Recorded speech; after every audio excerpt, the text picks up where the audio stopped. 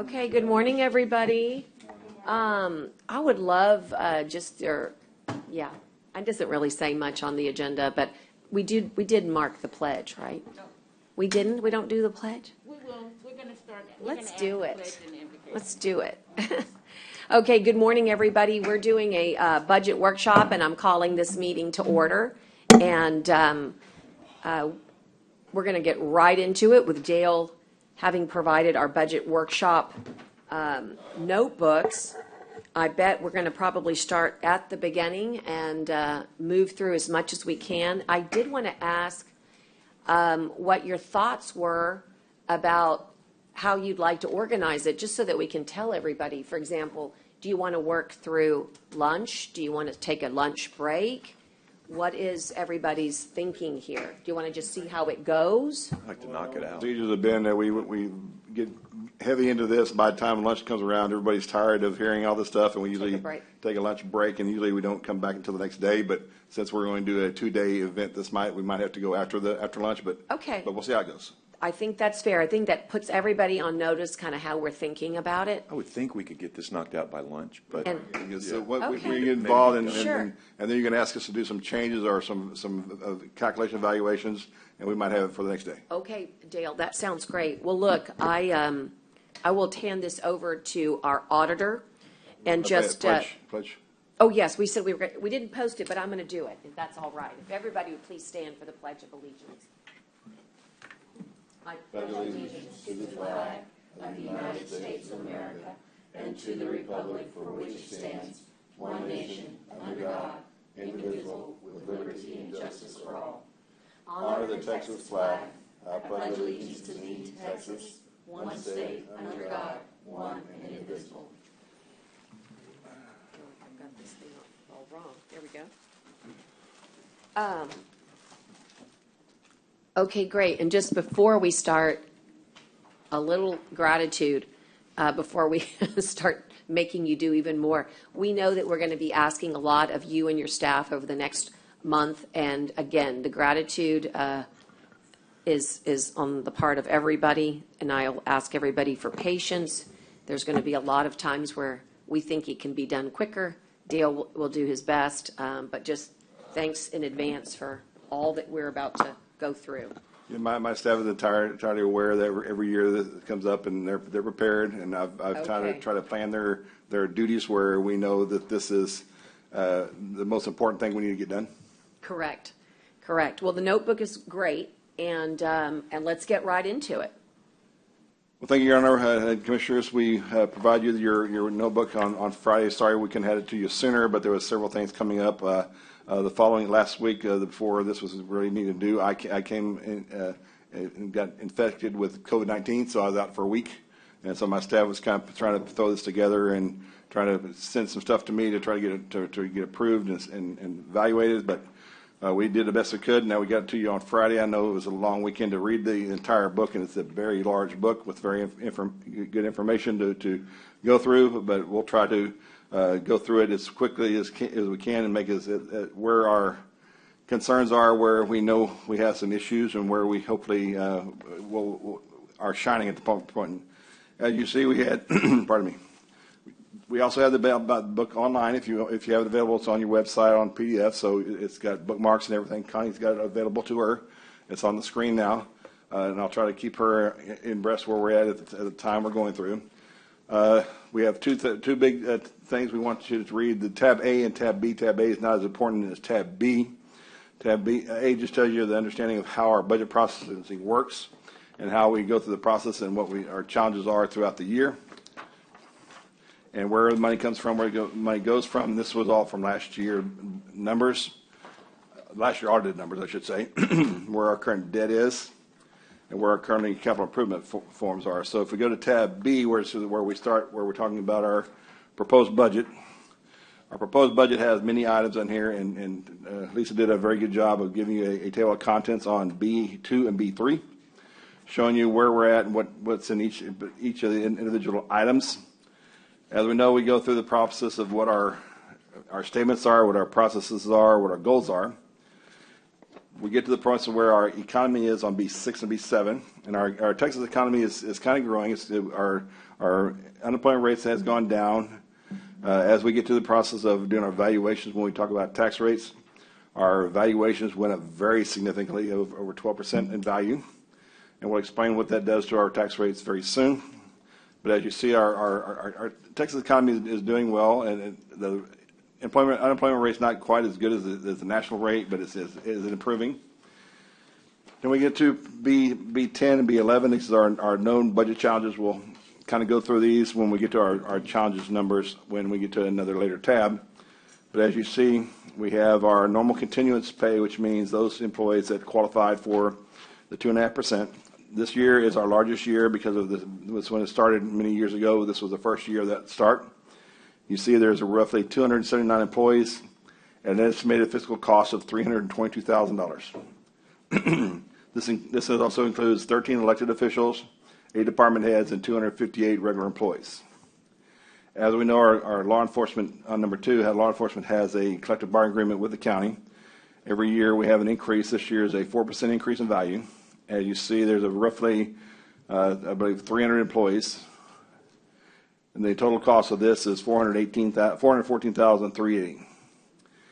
During your normal process, you'll go through the issues of adding a few staff, and as well as changing some titles and balances. And that's what 3 does. It goes through mid-year balances, and we kind of try to give you each one by when the Commissioners Court approved them. Now, there's one in question that I kind of want to go over if I can find it. On B12, last year you authorized Constable McMahon 2 additional mental health commitment deputy constables with a possibility of reimbursement. However, we know that the hospital district will not reimburse us for this particular cost. If you want to continue to go in and allow the constables to receive these additional employees at $106,000, we need to work with MHID and see if we can get reimbursement from that. Otherwise, the cost to the county will be $106,384. Dale? Yes. Hate to interrupt, but can we just mark that one to come back, Commissioners, because there's some additional information that maybe we could, that needs to be brought forth, and then maybe we have an ask as well. Just mark that one as an asterisk. And I'm sorry to interrupt, but I didn't want to miss my chance. Go ahead. We want to make sure, because last year when we transferred the 2 employees from the sheriff's office to the constable's office, we learned that the hospital district would no longer reimburse us for those 2 as well. So I thought I was, well, and I don't mean to interrupt you either, but I thought MHID was paying for part of that. Yeah, at first, when we never had an interlocal agreement with MHID, the county attorney can verify that to be true. It's a mistake. When we first started this with the sheriff's office, we had an agreement with the hospital district. There you go. I know, but And the hospital district paid for the first year, and then when they got renewed, the hospital district took the funds away. And now they're coming back to see if we can get this through MHID, because MHID said they'll do it if they have an agreement. That's what the constable represented, that MHID. Yeah, I was going to say, just put a big star on it. And what page are you on, Dale? I'm sorry. It's on B12. B12. I'm sorry. Put a big star on that one. I think that one needs to be reviewed. It's even just got one more layer than that, but Okay. let's just hold on that one. Okay. I feel like there's a solution there, but it still needs to be identified as a challenge at this moment. That's definitely a challenge, because if we want, which I guarantee, I do agree, he does need the positions. Right now, these 2 positions are not in the request or recommended balances for. So but they are last year approved. So we just want to make sure if we want to continue with this, we can, but we don't want to worry how the funding would be.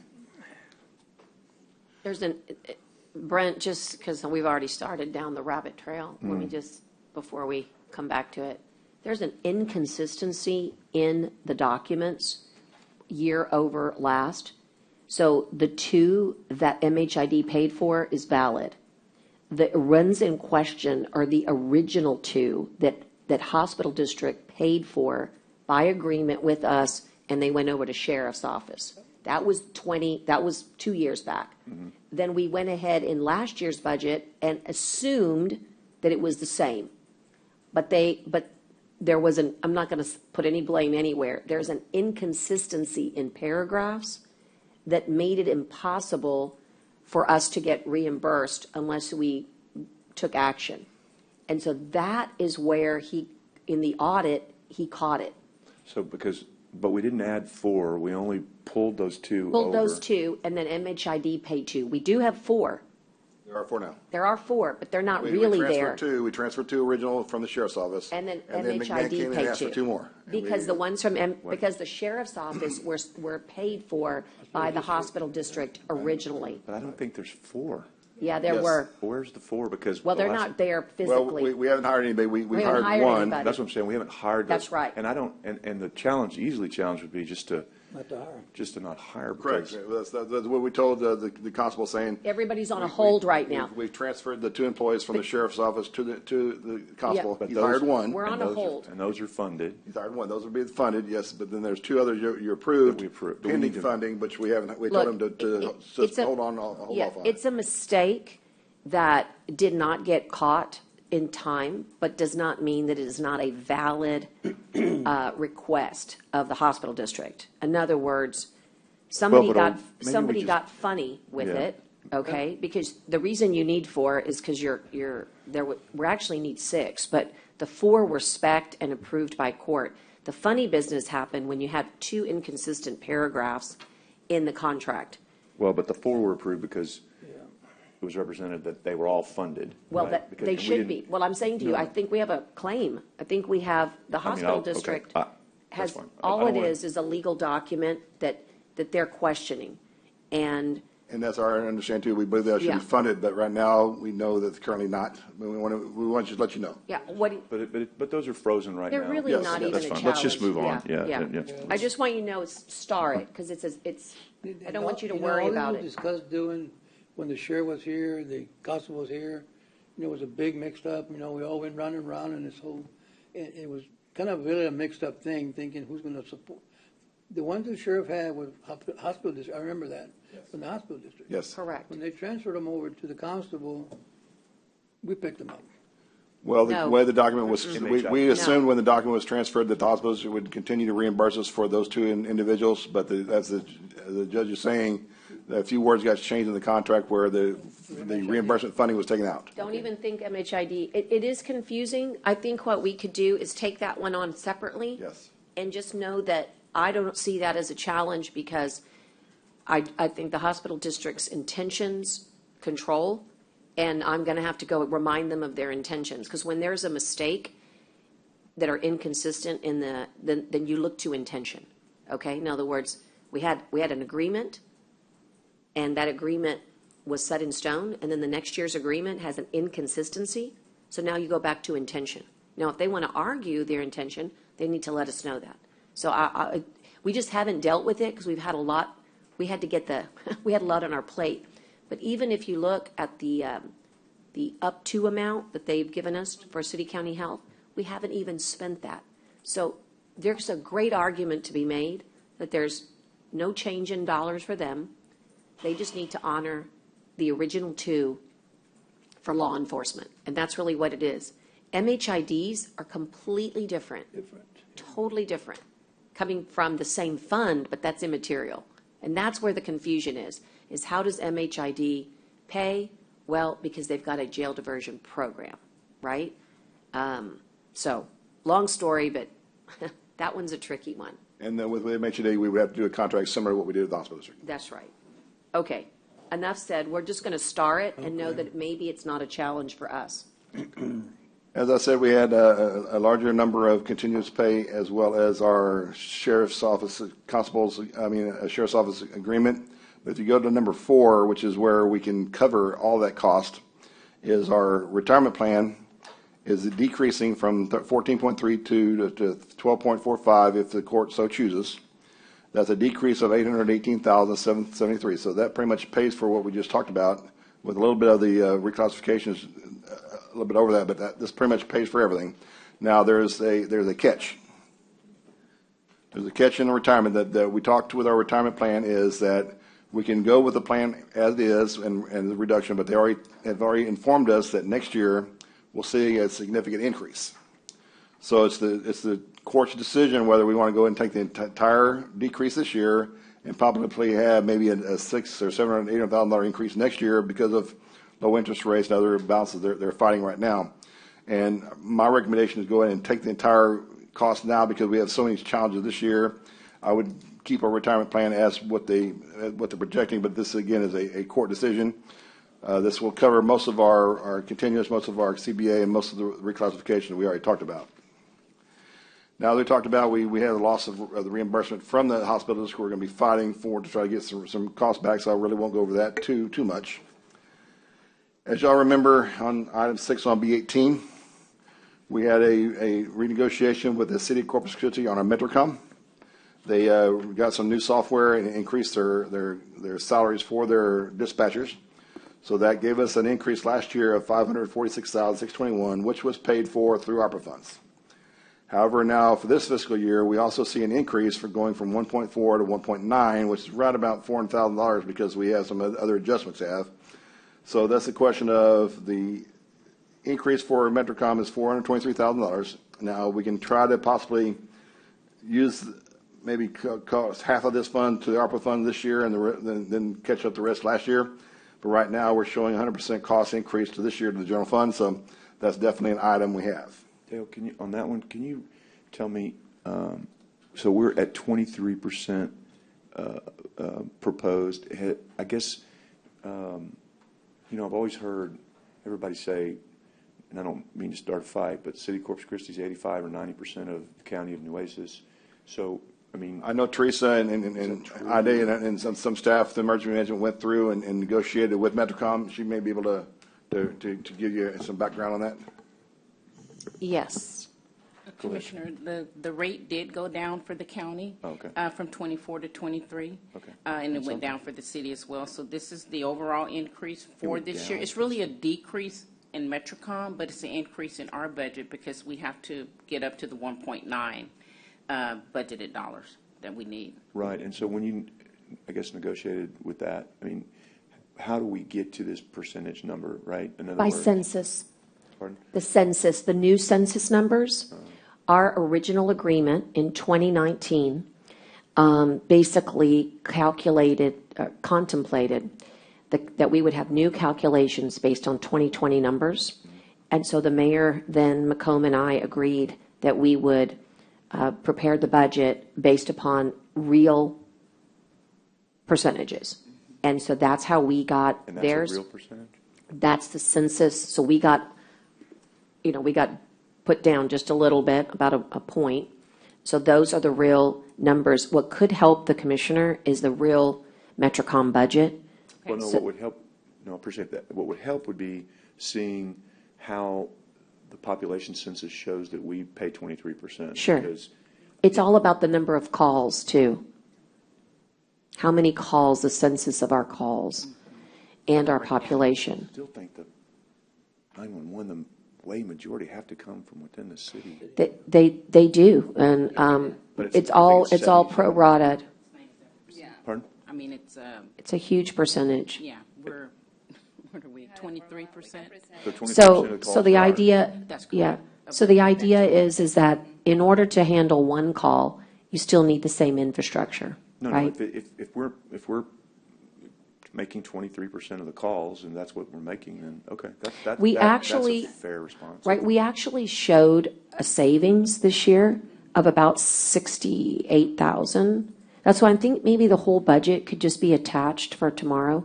Just give it to him, just, because I think it if you're shows. telling me we're making 23% of the calls, if that's what it is, then I'm okay with that. I just was wondering where the percentages came from, and you're telling me that, and that's fair. That sounds fair. Okay. The next item on the list is our funding for the debt service for the Bank of America, which we did through our ABM contract. It's a small increase of $27,000 this year to cover the debt service. So that's a very small increase for that balances. Item number 8 on B19, I know we're considering the possibility of funding this increase for our janitorial services through ARPA funds, but right now we're still not sure, so we're putting it as a possible challenge. of right around $100,000 estimated cost in excess of the funds. So we're trying to make sure, working with Haggerty, working with the court as well to determine whether this, for right now, this is being a budget challenge that we're showing as a general fund of $100,000 increase for janitorial services. But this is definitely can be something that we will take out as if it does go to ARPA funds, this can be taken out. But at one point in time in the near future, this will have to be added to our general fund. Now, other proposed items that we're going to be adding on 19, we have, as I mentioned to Commissioner Chesney when we came in, right now we have a large number of vacancies, not only in the sheriff's office, but in many other offices, as well as a lot of the offices that have vacancies. When they put the job market, when they put the position open on the job market, they get little or no response. What I'm proposing is a salary increase for a cost of living of 3% to try to get us more competitive. What this will mean our lowest paid salary for hourly rate would be $15.05 per hour, a little over $33,000 amount. That kind of gets us a little bit above Target and McDonald's and all those other ones that can pay around 14 or 15. Now, it's still not 100% competitive because we have something that they don't have. We have a deduction for retirement where the other ones don't. So to really be competitive, we need to be more like $16 or $17 per hour at the starting level, but we can't afford that. So I'm proposing a 3% salary cost of living, and this is something these are items that we'll definitely be able to discuss and determine what it is. I'm proposing a few new positions, and not very many. There's only like 4 or 5 I'm going to do, and we'll talk about that a little bit later, as well as some reclassification. Now, these reclassifications will most likely go away if you also approve the cost of living increase of 3%. Now, there are some of the proposed reclassifications that we probably want to maintain. As y'all were talking about when you came into the cadets of the jail, we probably want to leave that in. I've got that as a proposed 10% increase, and I would probably want to leave that as is for the next coming year because we have, 90 vacancies in our jail? No, Dale, I think that, to me, if I was to make a recommendation now, I would recommend 6% across the board for everybody. You know, based on what we have heard, people come and talk to us, you know, most of them wanted a 2% increase, 3%, 4%. I think that 6% across the board would probably take care of everything that needs to be taken care of. I don't think actually we need to do raises, and, you know, I think that everybody was taken care of across the board on that. I think that I'm really, to me, I'm looking at real seriously at going with that 6% across the board, and I think it's doable. You know, according to our financial advisor that I've checked, and you know, I just need to know that we need to know that we're going to be able to not go beyond and cut where we need to cut, and not add things that we don't need to add. But I think at this point in time that we need to do what we have, and I know we don't have a lot of money on the table, so we may be dealing with $3.5 million, you know, but I think that I think definitely myself, my recommendation would be that, and I think that would satisfy everybody that came and talked to us during the budget times. So, Commissioner, what is the total for your 6% COLA? Or Dale, what is the total for that? Because I think you run that number. I can't find it. I know the 3% is $1.5 million. So if you 3%, 6%, that's almost double that. So you're talking 2.6.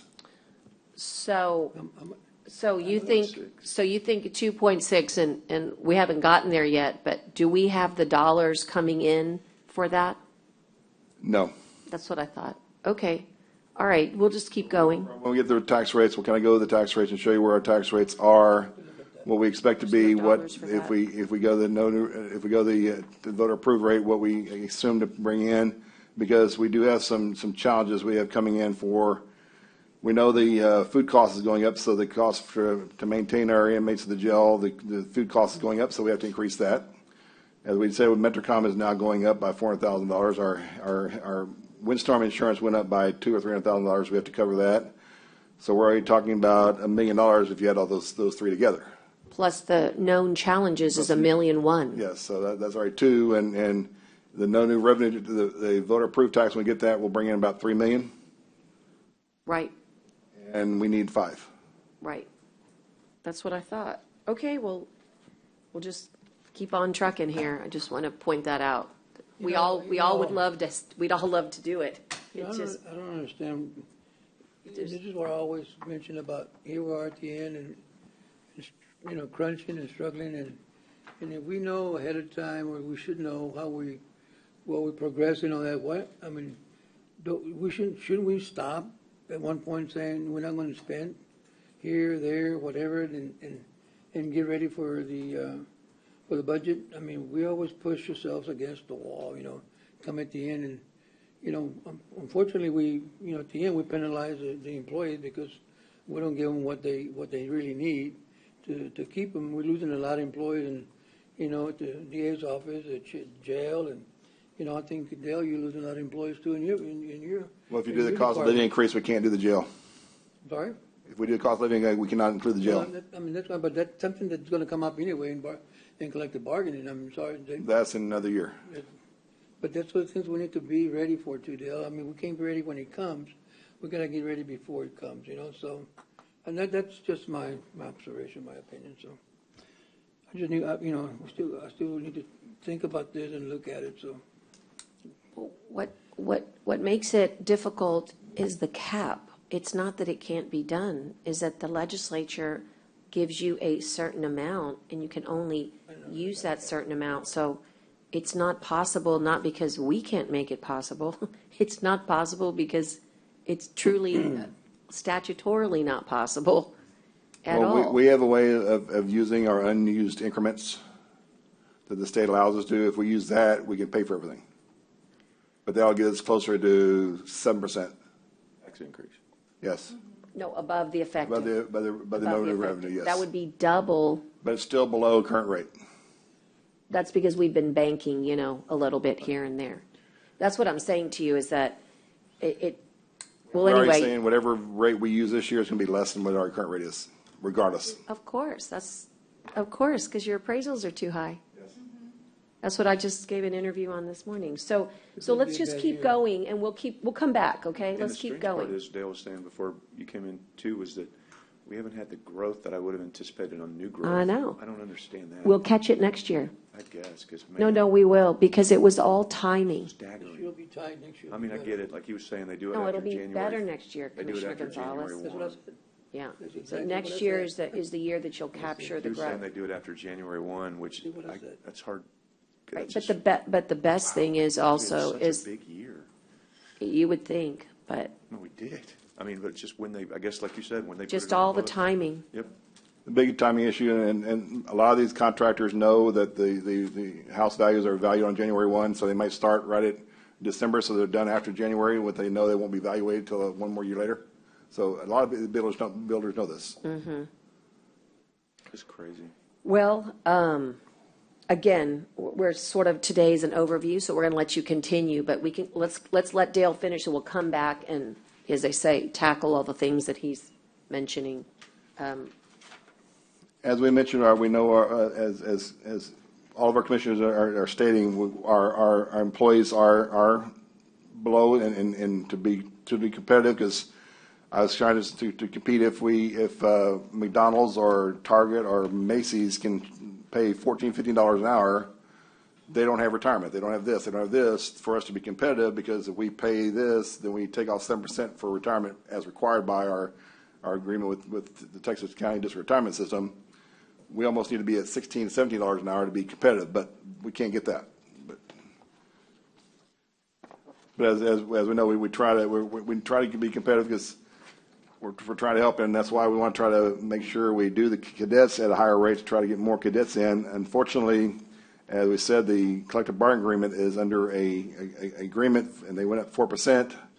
Hopefully, that increase for next year will keep more people in our jail and as correctional officers. But it's a difficult job, and not a lot of people would like to do that. And if you're only getting paid $17, $18 an hour at being a correctional officer, and you can get paid $15 at Target, you're probably going to go to Target and make $15. Yeah.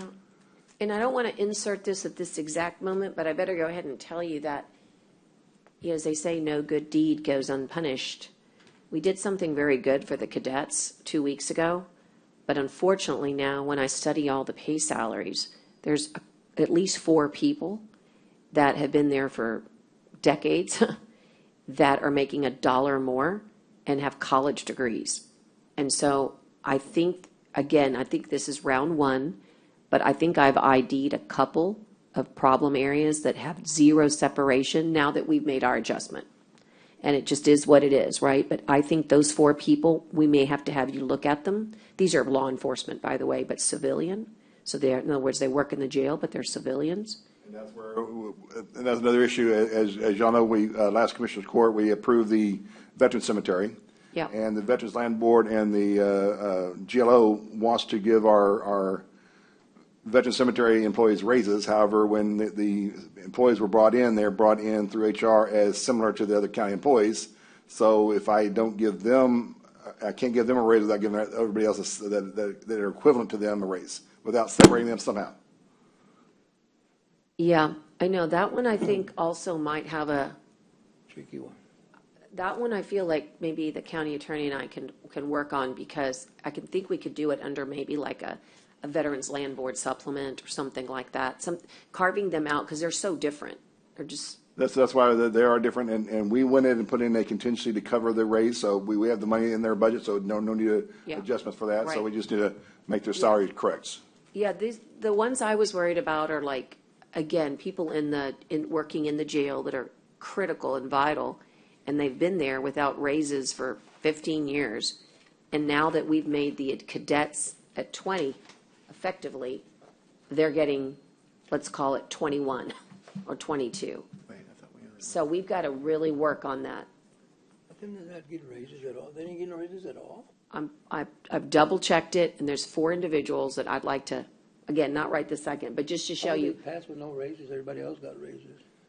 If they're a regular employee, they follow the contingency. They get a contingency every 3 years. They get 2.5%, or if they get promoted to a new position, then they'll get an increase. But if they no stay in base their salary. position, every 3 years they get an increase. No base salary. And of course, it's about each department head, right, runs his own show or her show. So again, there's some tricky ones inside where wherever we've made major adjustments, we're going to have to go back and look up and make sure there's separation. This one just happens to have 4, so that one's not going to hurt us too bad. But that's the problem. When you bring up here and you make no movement here, then all you've done is taken this and gone on top. So that's just something to think about, that as we look at our proposed reclasses, we're going to have to maybe double check that the cadets, wherever we really changed their lives, like in the cadets, there's people right above them that makes no sense at all. Not too many, but enough to where we could address it. Okay. On B22, we got to go through a few other items of departments that we're either changing or revising. On number 7, the NCDC, we're removing the general fund transfer, so there will no longer be a transfer of $50,000 to the NCDC. It'll be only relying on part of what the port brings in and any fundraisings they may have. So if they bring in enough fundraising, they should be able to fund the total operations. Otherwise, if just the port, they will be short from what they planned on spending. We've been working through with Commissioner Chesney on Parker Pool, and he can bring some stuff up. We have some other improvements of additional charges, and there might be something come up very soon in court of how we wanted to properly maybe fund this through some transfers, but right now there's nothing in there at the moment, but could be some discussion once they come through court action to make sure how we want to do this. On which, Dell? On Parker Pool? I can't hear. Parker Pool. Oh, Parker Pool, right, yeah. On B23, we know as the judge just said, and this is where it gets a little challenging every year, the Senate Bill 2 has a 3.5% maximum rate above the no new revenue tax. Now, we can use, and the law allows us to use unused increments, and we've got a significant unused increments of the last 2 years that we can use to try to bring the balances up. And it's the legislative session coming up soon. We've been informed this may go even further down. So it's getting harder and harder for the county to function however we need to do the functioning. I have a quick question, but I mean, is it just $18,000, $250 for Parker Pool? That's it?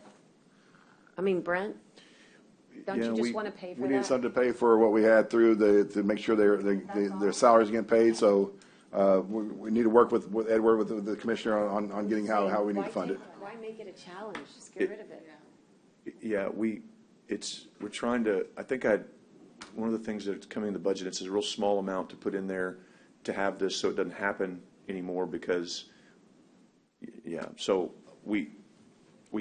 I covered it until the city's payment comes The back issue is in. the city has not funded us the way they agreed to. And they are, and it's going to come back on the agenda, and it's going to come back on their agenda. I don't know how long it's going to continue because it's a free swim program, right? Right. And they may or may not continue it. So if they don't continue it, then we won't do free swim, Right. and we'll have that revenue to come in. Right. But we still need to put a little bit in the budget, to cover it because Cover we it don't. through because the changes. So, That pool yeah. is almost self-sustaining on Yes. its own, but we still need to have, as we do with every other fund, a little bit of a, what do we call that? Small little contingency. Cash reserves, Yeah. contingency or whatever. Okay, I so think- I'm just curious, though, I mean, is it gonna, I mean, I'm just putting check marks. I mean, does anyone have an issue with Parker Pool? I don't think so, right? I think, I think we proposed putting like 25,000 or something. That's what we've been discussing, 25, of course, will have to come through court. We can definitely put a 25 for that to cover And you're a saying the transfer city may come through? for contingencies. The city will come through this year, but then going forward, we're going to go back to not having free swim. It was kind of one of those deals where they did that. We're going to do this free swim, and we're going to pay for every pool to do it. They're going to do it this year. I don't know if they'll do it Okay. next year. we So need what to do have a am I gonna contingency. mark off? So is Parker Pool really a challenge or not really? Well, the commissioner's saying, You want it in the budget. it's all how the city running it. When the commissioner said, their very first year, they said, and they did pay us the very first year, and then they said from this on, it's going to be Let's just put it in. 80%, 20%, so, but the second year, they haven't paid us yet, and the commissioner I don't get and Edward's working on it, They're so. load. What's wrong with them? We just want to have a They have to contingency put it on there the should agenda something to come vote. up. Oh, They're putting it on the agenda, and we're putting it on our agenda. We've got it figured out. It's just. but I'm saying, is it a for real next year budget. challenge? To me, it was just, I had requested this year, I think it's the first time in about 3 years I've actually requested an increase in anything, or 5 years, and it was to put in, because we don't have a contingency. 1 year, $25,000 contingency. All right, so it's I'm gonna my- mark it as It's my one 25K. budget request for the millennium. Is that a transfer from general fund That to would be, the yes. special revenue, or is this department moving into general fund? No, it'd be a transfer from the general fund. Okay. I mean, Right, I'm we've putting gotta it- have- I'm putting we've it gotta at have a 25. contingency in that fund like we do every So other I'm fund. putting item number 7 as 0, and I am keeping score, Brent, and I got you as plus 25. Yeah, I know you do. But that's it for the last 5 Hey, years. just so you know, I relish in it. I know. I love It's it. the first time in 5 I'm years. relishing and enjoying the moment. I know, but I can find those cuts. Keep doing it. Keep doing it. We need them. Okay, on a fun note, can I ask you guys to go back?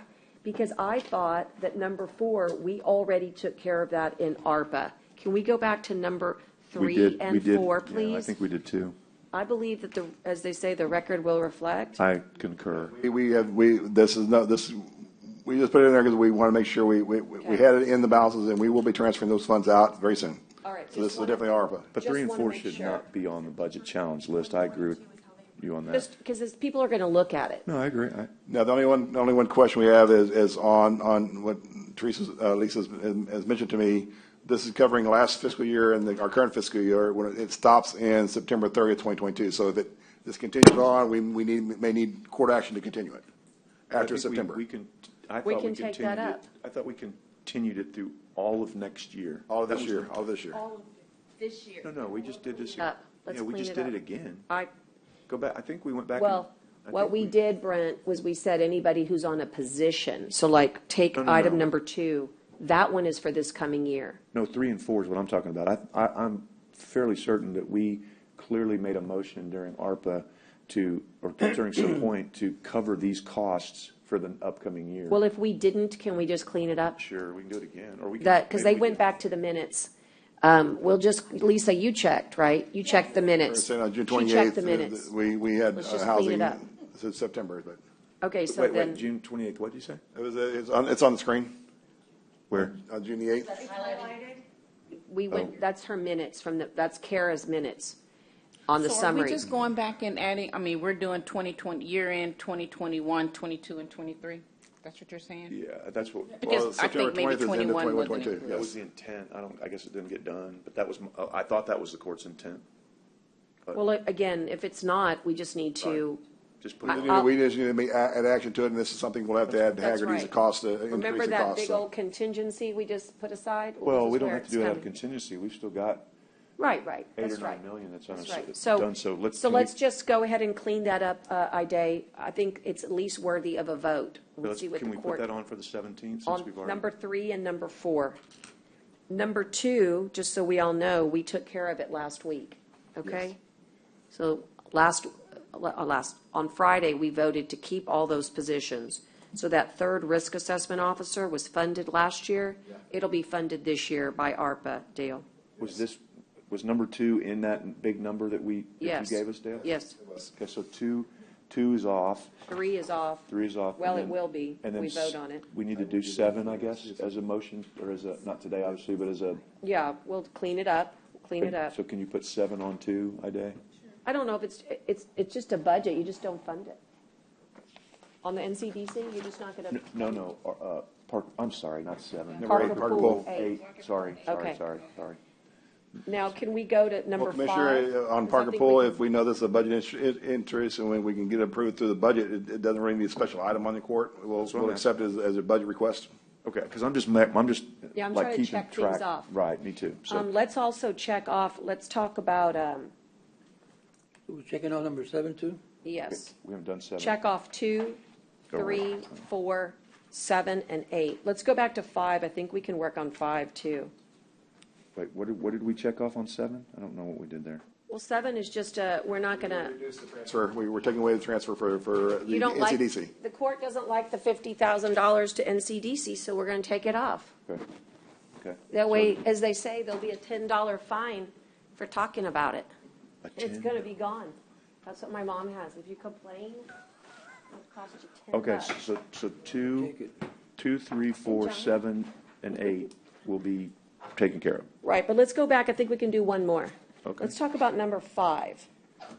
I think this one's okay. Let's see. Number 5, all we're doing is transferring one position from a special revenue fund over to the coastal parks.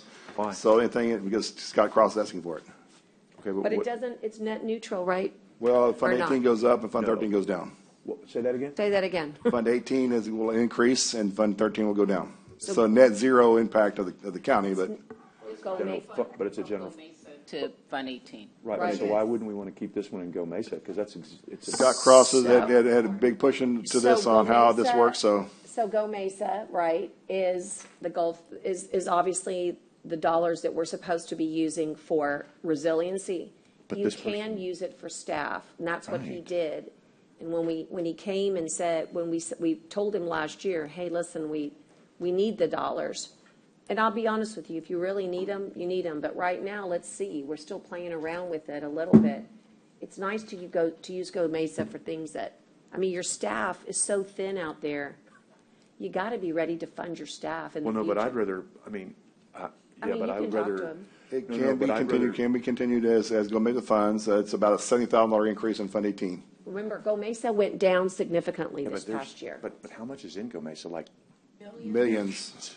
there's a lot in Go Mesa that we're not using it for. And if we're going to ever increase staff out there, I'd rather not have to do it twice. Like this would be 1, 2, right? I mean, You're saying that you'd like it. See, I think we're real thin out there. no, on I'm saying so, biologists. right. And it's so, but this would be adding, like, if you take this and put it on the general fund and then you add another person out there, you've added 2. But this one was always in the general fund. We just No, did it's it on one this. time last year, right? No, no. Well, This when it was- first came no. in, when it first came created, it was a fund, a Go Mesa employee. And then we increased it to a manager level, and then we transferred it to, we split between Fund 18 and Fund 12. And then it got moved back to Go Mesa Fund now. And now Scott wants to move back to his fund because this person mainly does a lot of the dune protection permits and all that other stuff that's associated with what he does. But And I also- he brought the information up. We can Yeah. definitely not transfer it. It And we can really stay need in to Go change Mesa. that dune protection fee. 'cause it's- Right. It's so And- low. I mean, in other words, that person is really doing all those dune protection. It's Megan. Right, and what I'm saying is, in the spirit of what we've done with everything else on ARPA employees, we've extended everybody a year, so in the same spirit, to me, we Okay. should continue to, you know what I mean? Why would we want to bring anybody on and maybe jump off the cliff? Like, again, maybe this is a Jump off jump. the cliff next year. Right. Because at some point, you got to jump. Well, Because I don't what's know, happening though. is, well, let me just say Like, I this. don't know that it's a bad thing until we see those Go Mesa fund. I mean, we have that's big dollars. Why don't we get a accounting of it? Right, it's big dollars that we've got in that fund. I don't know, I 7 know, million or more, how much? at least 7 million or more. I don't know why we would, I'm not sure, Judge, I would ever advocate to Okay. take this person off Okay. of Go Mesa. I'm not sure that with seven, I mean, okay.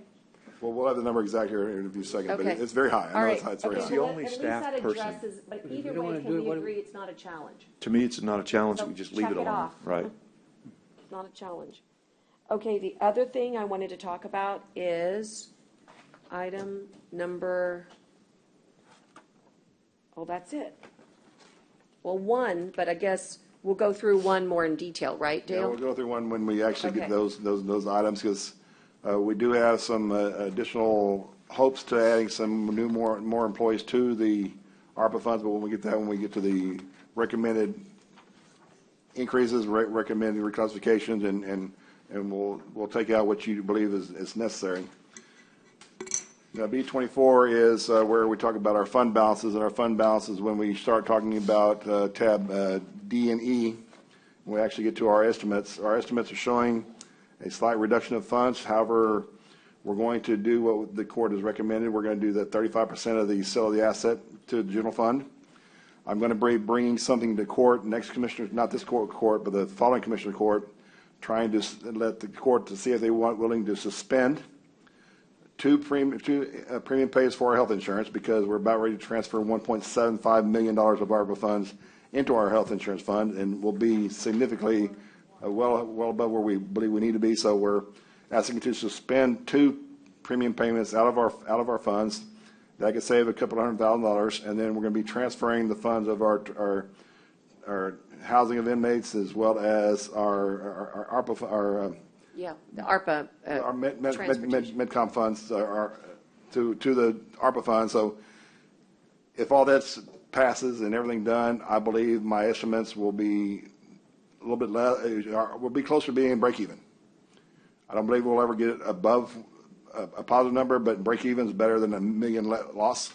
And that's right now, that's where my estimates are showing. But we definitely have some areas of improvement. And as we said, and court knows, our employee turnover is significantly higher than it has been before. Lisa has a schedule of vacancies towards the end of this report. On C38, when we get there, we'll talk about C38. B B38, is in boy. sorry, B38. Okay, and also before we leave your B tab, too far into 30s, I just wanted to ask, so on item number B24, the lifeguard services, we had spec last fiscal year $300,000 and didn't spend a dime of it. I'm fine with leaving it for a contingency, but I wanted the court to be aware that we have $300,000 there that we thought we needed because of the House bill, and we never spent it. And although those funds were all ARPA funds, ARPA related, so So they're there's just no holding. budget impact anywhere. Okay, they're just holding there. So we didn't spend it because it didn't kick in time, or we just No, we just overestimated? haven't needed it. Because- We haven't been brought in anybody Because to. Scott's got the plan with the city of Port A and the city of Corpus, and we're flush right now. But we're complying with the And law? we're complying, and we're compliant. So I just want you guys to know that. But that's in ARPA too? Yeah, That's in these ARPA funds too, are just- ARPA related just funds, holding. yes. Okay, just, again, it's there, I'm just letting you know, we can move on. I just Yeah, wanted you to okay, know that. all right. And, so where do you want to go, B38? I have one question on that one. But, On the lifeguard, yes, but if yes. it's 300,000 set aside, I mean, do we still need the 300,000, or can we come down from 300,000? Well, that's the question we had when we first got the information from the state saying the requirements of lifeguard stations. I know Scott Cross and a few staff people from the parks went through and trying to work with Emergency Service District Number 2, the City of Port Aransas, the City of Corpus Christi, trying to determine how to best have lifeguards on as required. And they originally brought a process of possibly anywhere from $800,000 to $1 million, but we narrowed that down to $400,000. Now, as the judge was saying, we've been working with our contacts with the city of Port A and Corpus Christi, and they're doing the lifeguard services. And right now, there's not maybe not a necessary need, but this is the first year, and we're about ready in the summer portion of it. There may be a call for it coming up very soon, and there may be a possibility of needing it. This is all ARPA funds. This did not affect our budget in any way. We're just setting aside $400,000 of ARPA funds if needed. I would say leave it there one more year. If not needed, then we can reallocate it at some point in time. Okay, again, it's mainly for awareness. Okay, and then now where would you like us to go? Well, before we go to vacancies, as we know, our jail is significantly overcrowded, and this is where some of our costs are associated with this. The food cost for feeding the inmates in our jail is significantly higher because of the cost of buying anything right now.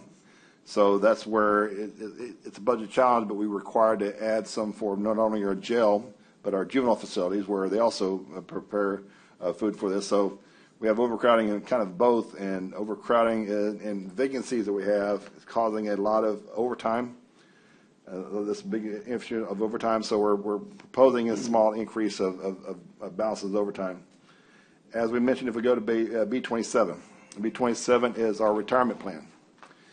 You see the history of our retirement plan is right a little bit above 12%, going up to 14 to 13 to 14. About now we're at 12.24%, I believe it is, and that's what the retirement system is going to recommend, and that's what we'll be bringing to court very soon. And I know there's going to be a large increase next year, but with all the challenges we have this year, I'm going to propose keeping the rate at where we're saying it, which is a reduction of around $800,000 for our general fund, which is kind of what we need to help. So even though we most likely will see a large increase next year, we're still kicking this down the can down the road. But unfortunately, with all the other stuff we got going on and potential trying to do what we're asking for, it's very well needed.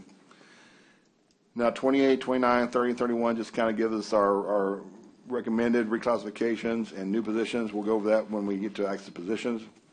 B32 is what I'd like to go to. This is our current funded ARPA positions, and I haven't had a chance to do what the court had asked about, where because right now the ones at the top are what are currently funded, and that's $528,425, which we will add next year. We have the one proposed temporary that we have for Veteran Services, and we have the one budget position of the Deputy ME's office of this year coming up for June, July. Now, we know that there's another doctor the following year, and I believe you want to do the same possible way of the same funding, so we would have to add those together. So if we add all that together, that'd be around $700,000. Do you mind if we just go through them and acknowledge them, just so that, because we made this decision on Friday, but I think sometimes the awareness is really good. The ones that are at the very top, your attorney level 3, your attorney level 2, as well as your constables and your disaster and emergency, all these positions that are permanent positions. Okay, so that's for the CA's office. Attorney 3 and attorney 2 is for the county attorney. Right. We have a deputy constable for precinct 1, which is helping for the bailiffs. Got it. And we have the deputy constable precinct 3 and precinct 4, which is covering the Clayburg property. Got it. Then we have 2 for emergency management, where you have disaster recovery specialist as well as emergency management planner. Got it. Were added. Then we added 1 environmental enforcement officer. Okay. The legal secretary is for the county attorney, and we just added the PIO. So a lot of these were added mid-year. So last year we didn't spend 528, but next year we will be spending 528, and this also already includes benefits. Okay. So the 528 will be one more year of ARPA. And then let's go to the temporary. So I see all of those as staying put. What about the next one? The temporary for the veterans admin was needed at that time. I think he still needs the funds, so I believe that will remain. Okay. Now, this was where, when we worked through the medical examiner's office, we know he currently has himself and a chief deputy medical examiner already on staff or already budgeted for. And we have 1 medical examiner coming in next fiscal year at the end of the year for $102,000.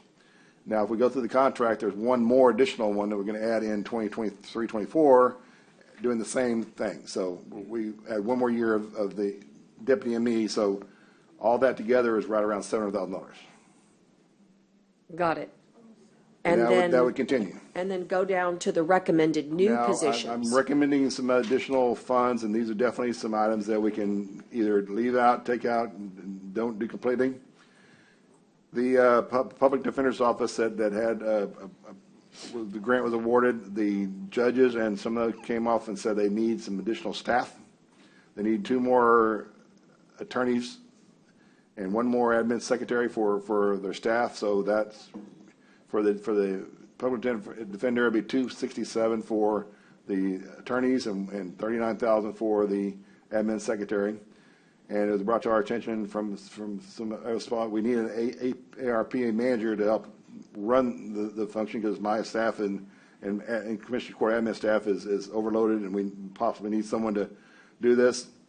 And as we went through all the positions for the sheriff's office and the constables came in, they told how far they're behind and doing some stuff in their precincts as well as covering the county. So each one had requested some additional staff, so I believe it was necessary to put in a request for this. My request is to go in and add these individuals. These definitely going to be all set up. If we do everything for one fiscal year for ARPA funds, it'd be $1.1 million. Now, we can definitely do away with any of the ones I'm recommending at the bottom. That can be done away with, or they can be added to. Okay, and I just have a question. So on 3, 4, and 5 on the constables, does that comport with their requests? Yes. Okay, just checking. But on 4, this would be, we already gave them one. We gave them one for the Clayburgh property, correct? Got it. Okay, so, And the sheriff, when he put in his request, he put in a request for 4. We're only putting in for 1.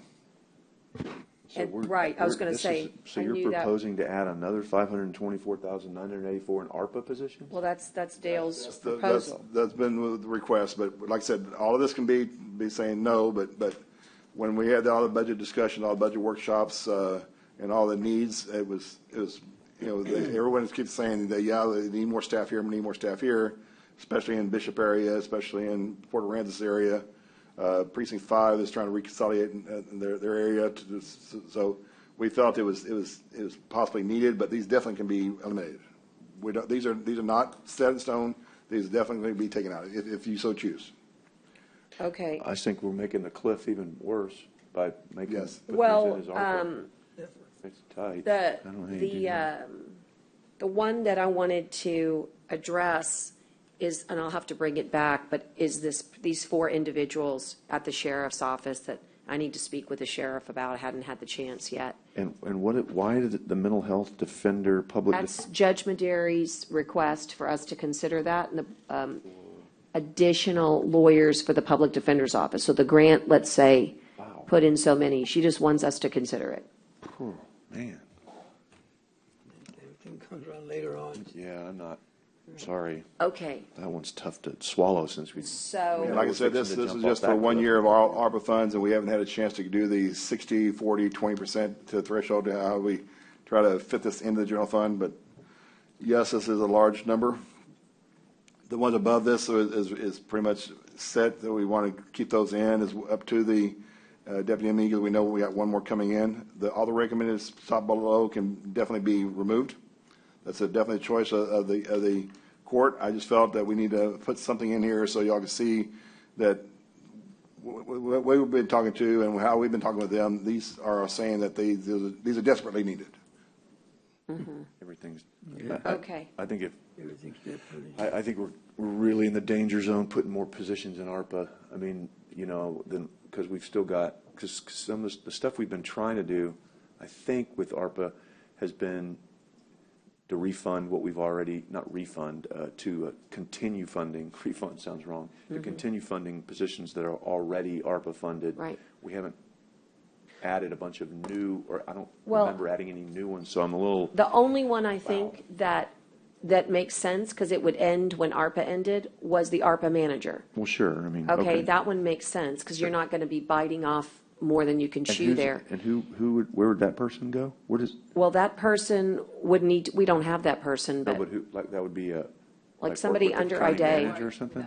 somebody in court administration, because, In addition to Haggerty, right? I mean, we're. well, it would help reduce Haggerty's. Rid of Haggerty, No, it would not get rid of Haggerty. hopefully.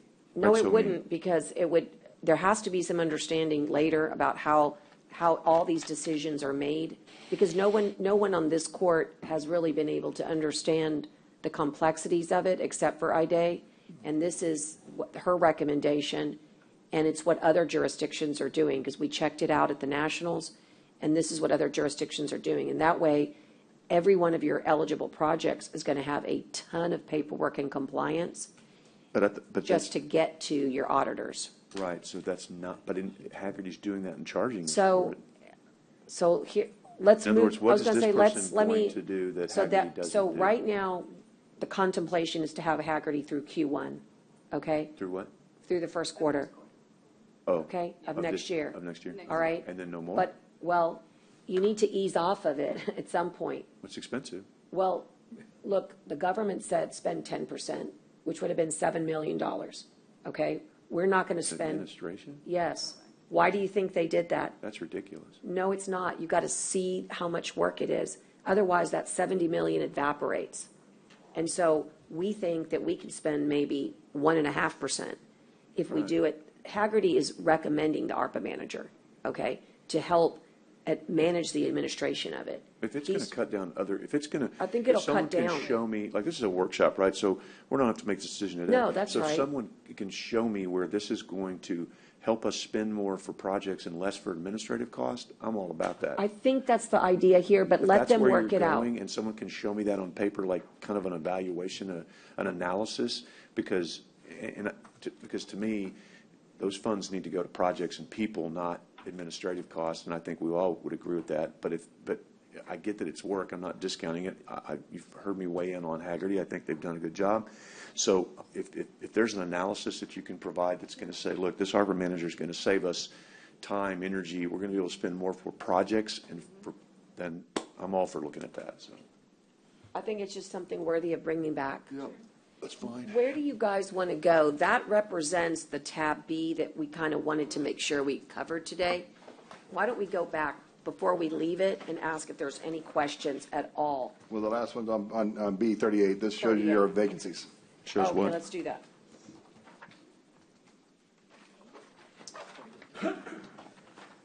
What is this? Vacancies. Okay. For each of the departments. So right now, last year at the same time, we had 107. Right now, we have 174 vacancies. And this shows you the departments that have the vacancies and the quantity of each. For example, the Road and Bridge has 26 vacancies. The county attorney's got 2. If you go down below, the district attorney's got 12. The district clerk's got 12. The sheriff's got, in the jail, 84. Sheriff's got 15. The juvenile's got 12. So, you see that's a 70, almost 69 people more this year than last year. So that's why we're saying that we need some kind of a increase to bring our level up. I'm still proposing the 3%. I will give you the cost for the 6% of a COLA if you still want to choose. But when we start getting to the level of the tax rates, when we get to that level, to show you where we're at, unless we use the voter-approved rate with the unused increments, that's the only way we're going to fund it. I'll be glad to answer any questions you have on tab B. Yeah, let me ask you on B38. On the vacancies, the main vacancies that I see are Road and Bridge. We know it's always going to include law enforcement, our attorneys both on the criminal, civil side. Jail is a big one, right? How does this compare with previous cycles? I mean, what's our trend? I mean, is this just an anomaly that we have right now over this last year or two? We did last year at 107 to 174. Right, I see that, but I'm saying beyond that. Is this, are this ebb and flow that we see over a 10-year cycle or so? The problem is, or once code started, the vacancies started to come in. So if we go back 2 or 3 years, we wouldn't have this many, because I think 2 or 3 years ago, the jail had maybe 35 to 40 vacancies. and that's what they were living on, 35 to 40 vacancies. Now through COVID, we're anywhere from 70 to 84. Well, I mean, I don't know how much. And that's because easy now it people is. know they can go work somewhere else for a lot more money and not have to do the deal And with that's that. what I'm getting at. I don't know how easy it is to do this, but look, if every year we budget for, say, $1 million, right?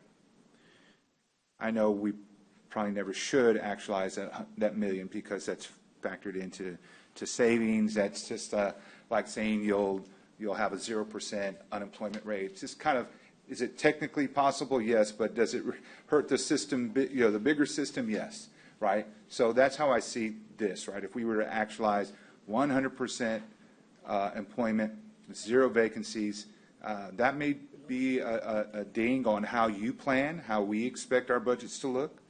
But what if we know that every year we spend, say, $1 million in salary per department? I'm just making it simple. I don't know if we're ever going to get to that point of filling those vacancies, especially in the jail. I mean, that's just truly alarming. Well, the jail is under the collective bargaining agreement. This is the final year of the collective bargaining agreement. I know they'll probably be bringing a question to bring for bargaining very soon. And then because the last 3 years for the sheriff's office, we've increased their salaries by 4% each year, and 4% this year as well. Yeah, I just wonder and worry. Like Road and Bridge, look, there's always going to be somebody bigger and better that offers more. So we may entice somebody in temporarily, but we're going to be the best training ground for the state of Texas, for TxDOT, for the city of Corpus Christi, for other surrounding counties that are paying more. Same thing with law enforcement, same thing with our attorneys. Why don't we still recognize that $1 million or so for salaries is where the bubble's at? And maybe take off 10%, 15%, whatever you recommend. But why don't we then give to the department heads to work with us to say, look, we know you need to fill Public Works, 26 positions. What if we give you enough latitude to say you can fill 15 of those at a much better rate, and of course spread that out, average that cost out to the employees that are sticking with us, and we appreciate them. And everyone gets a bigger bump than trying to figure out how to pay for it with an increase. I mean, I'm in favor of the cost of living commission that you were mentioning earlier. I think that's something that everyone looks forward to, and we have to be able to keep up with other entities, and I think that is about a fair rate. If you look at other entities, that's nowhere near what we have in capital price index. But I just wondering, like with these vacancies, is there a way that we can say, this is the money, you be creative in how you fund it? And I think we've seen that with the county attorney's office. We've seen that with the DAs, especially towards the end of this fiscal year. Can we give more latitude? Is that a bad practice to have? Do other people do that? Because we're never going to fill 84 positions at the jail. We never are. They're always going to be understaffed. Road and Bridge, we've got 26 vacancies.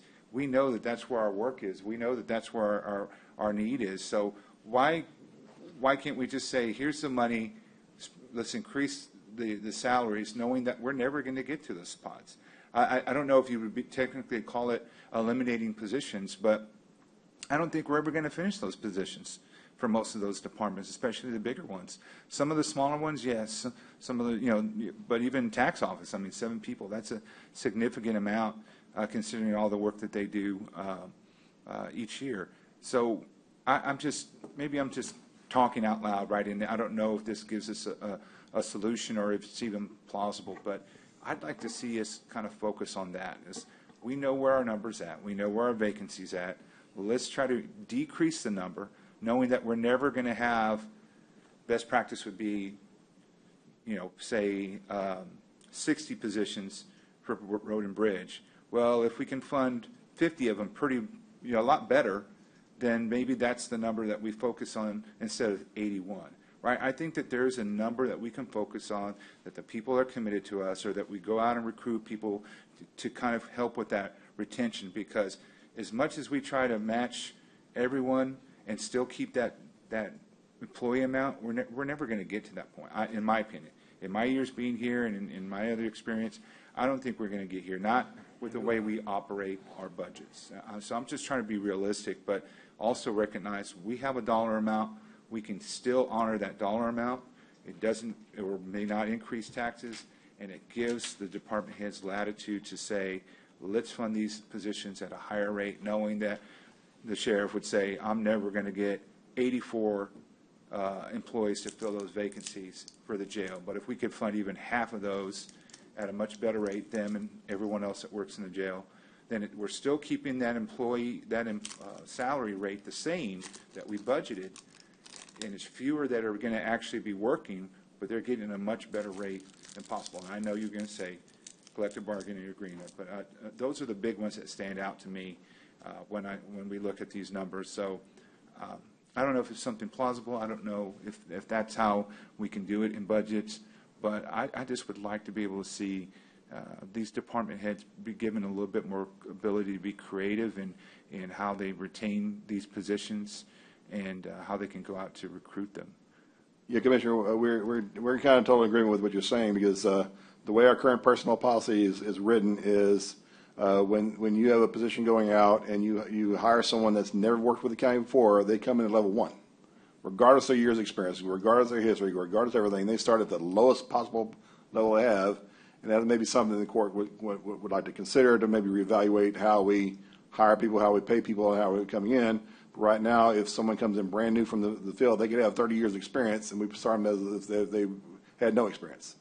But we can definitely work something out. And the problem is what you're saying with, yes, we believe a lot of them are underpaid, and we could probably eliminate a lot of these vacancies if we increase this. But our problem is the 3.5% threshold of the tax rate. So right now, every year at our current level, we can only bring in $3.5 million a year. If we do the voter approved every year, we can only bring in about $3.5 million.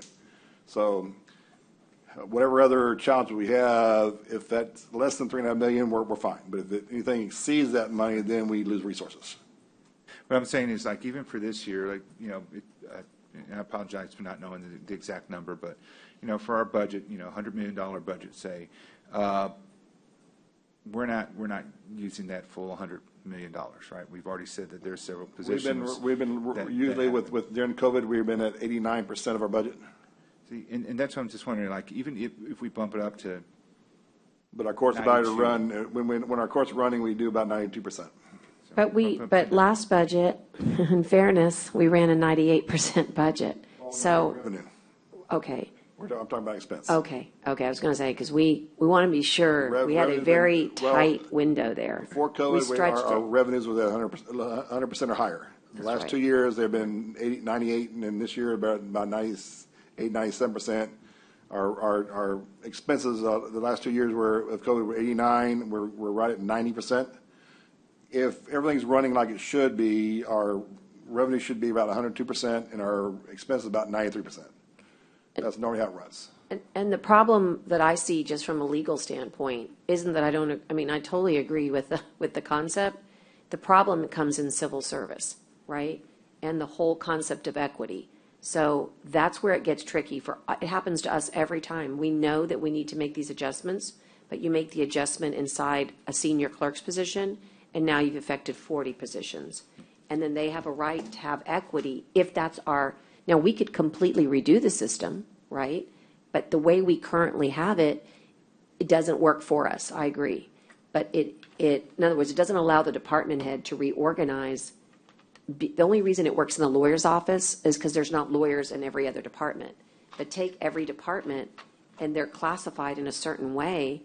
And if you change them as a department head and we allow that, then, and you don't have somebody, and somebody else says, hey, I'm a senior clerk in another office, that inequity is actionable. That's And kind of so why that's the That's issue. kind of what we said when we did the veteran cemetery, and they want to give them a raise. When the veteran cemetery were brought in, HR brought them as park workers, which we have 90 park workers, and they're only 12, and we can't raise them without raising everybody else. Right. It is, it's trickier, but going back to the budget, it's really a much bigger, we always say it's a $100 million budget. It's $100 million on ad valorem. It's really more than $100 million, right? And so the real check is in balance, and we never really do this, is what's coming down the pike. Because you could make everybody's life better if you had anywhere between $6 and $10 million, period. We've run the numbers. That's what it takes to get everybody where they should be, not even competitive, but at least where they should be. Because remember, ours is a package. It's a package. It's retirement, right? It's benefits. It's days off. It's a health and wellness package. So I think that what we need to be doing is saying to ourselves, what is coming down the future that could really generate transformational change? And the answer is your abatements. We need to look at the next 3 years because you're having some serious abatements roll off. And when they roll off, you could generate an additional potential $3 million to your budget. And what we ought to do is say, and when that year comes, we will earmark that for salaries across the board.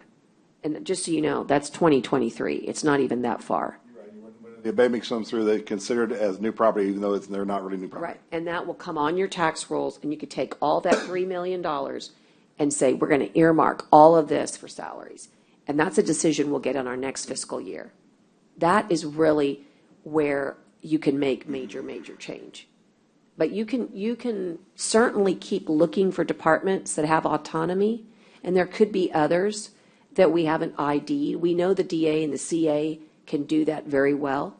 Wondering what other departments, to do what John's suggesting, are out there that could be Commissioner saying, reorganized. Public Works, there's only, that department's kind of separated because they're the only one that have road and crews. They're the only one that Well, let's has do that. this, they're only have this. So, we can pick them and do them separately without affecting the whole county. Well, that's good. Would it be fair if we just pick them and some of what about us kind of stuff? Yeah. You'll have that regardless of what you do.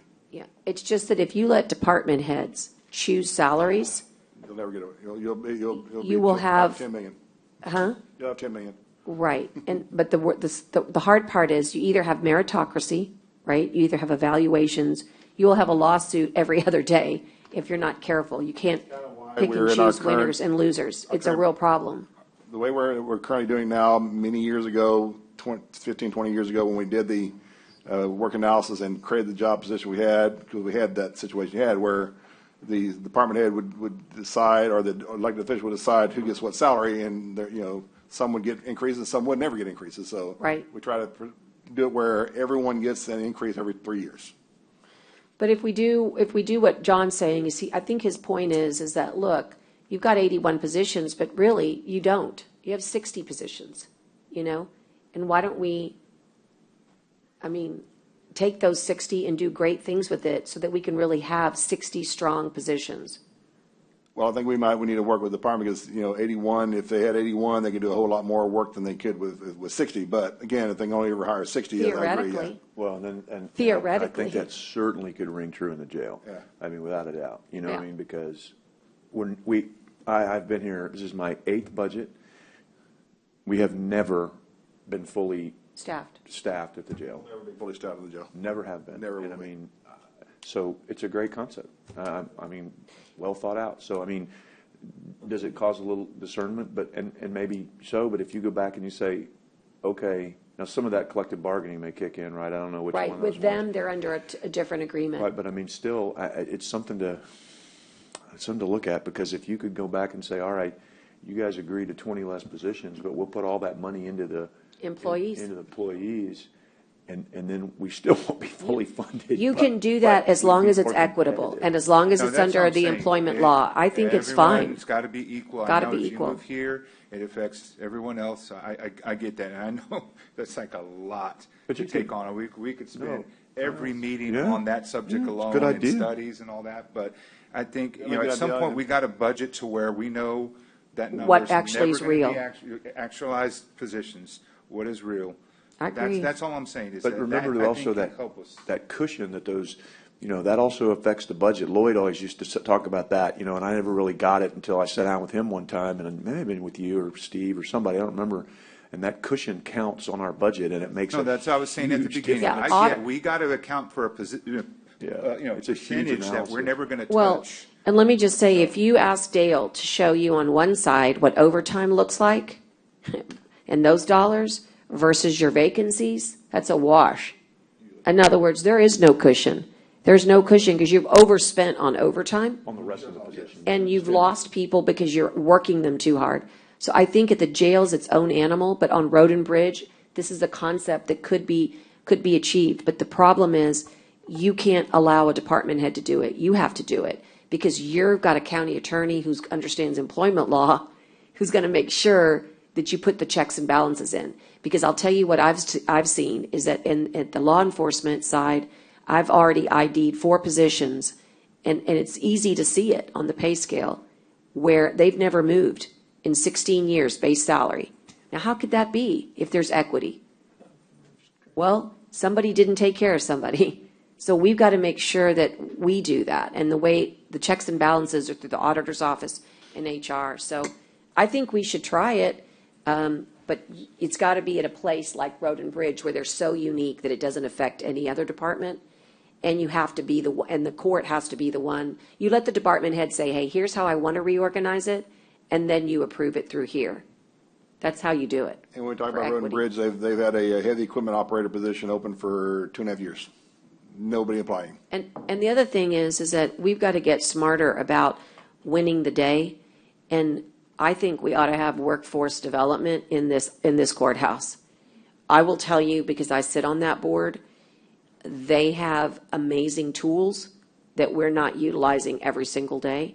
And they pay people on top of what we pay people. They have grants for it, workforce solution grants.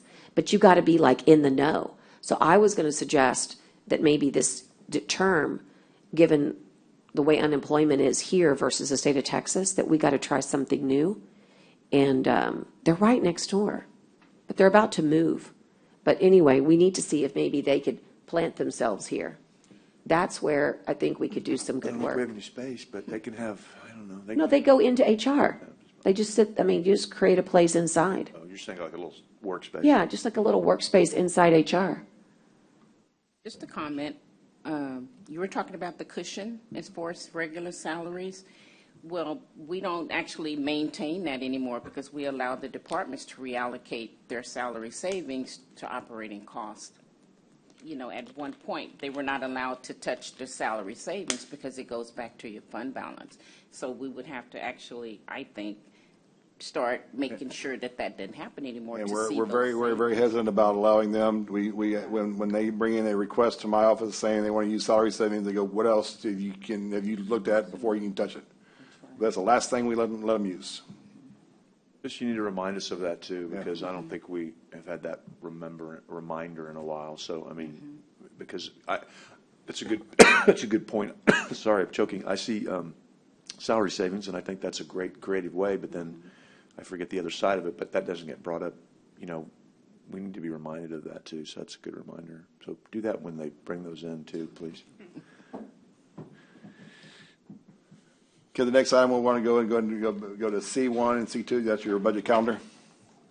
Toward the bottom of the page of this, where we're at right now, August 8th and 9th, we're doing our workshops that we're talking about this on August the 10th, the next Commissioners Court. We will be submitting our no new revenue tax, voters approved tax, we'll be talking about very soon. And then we have, we postponed the August 15th, 16th budget meeting unless needed. As we're going now, I don't believe we will need those, but we can definitely have them if we do so need them.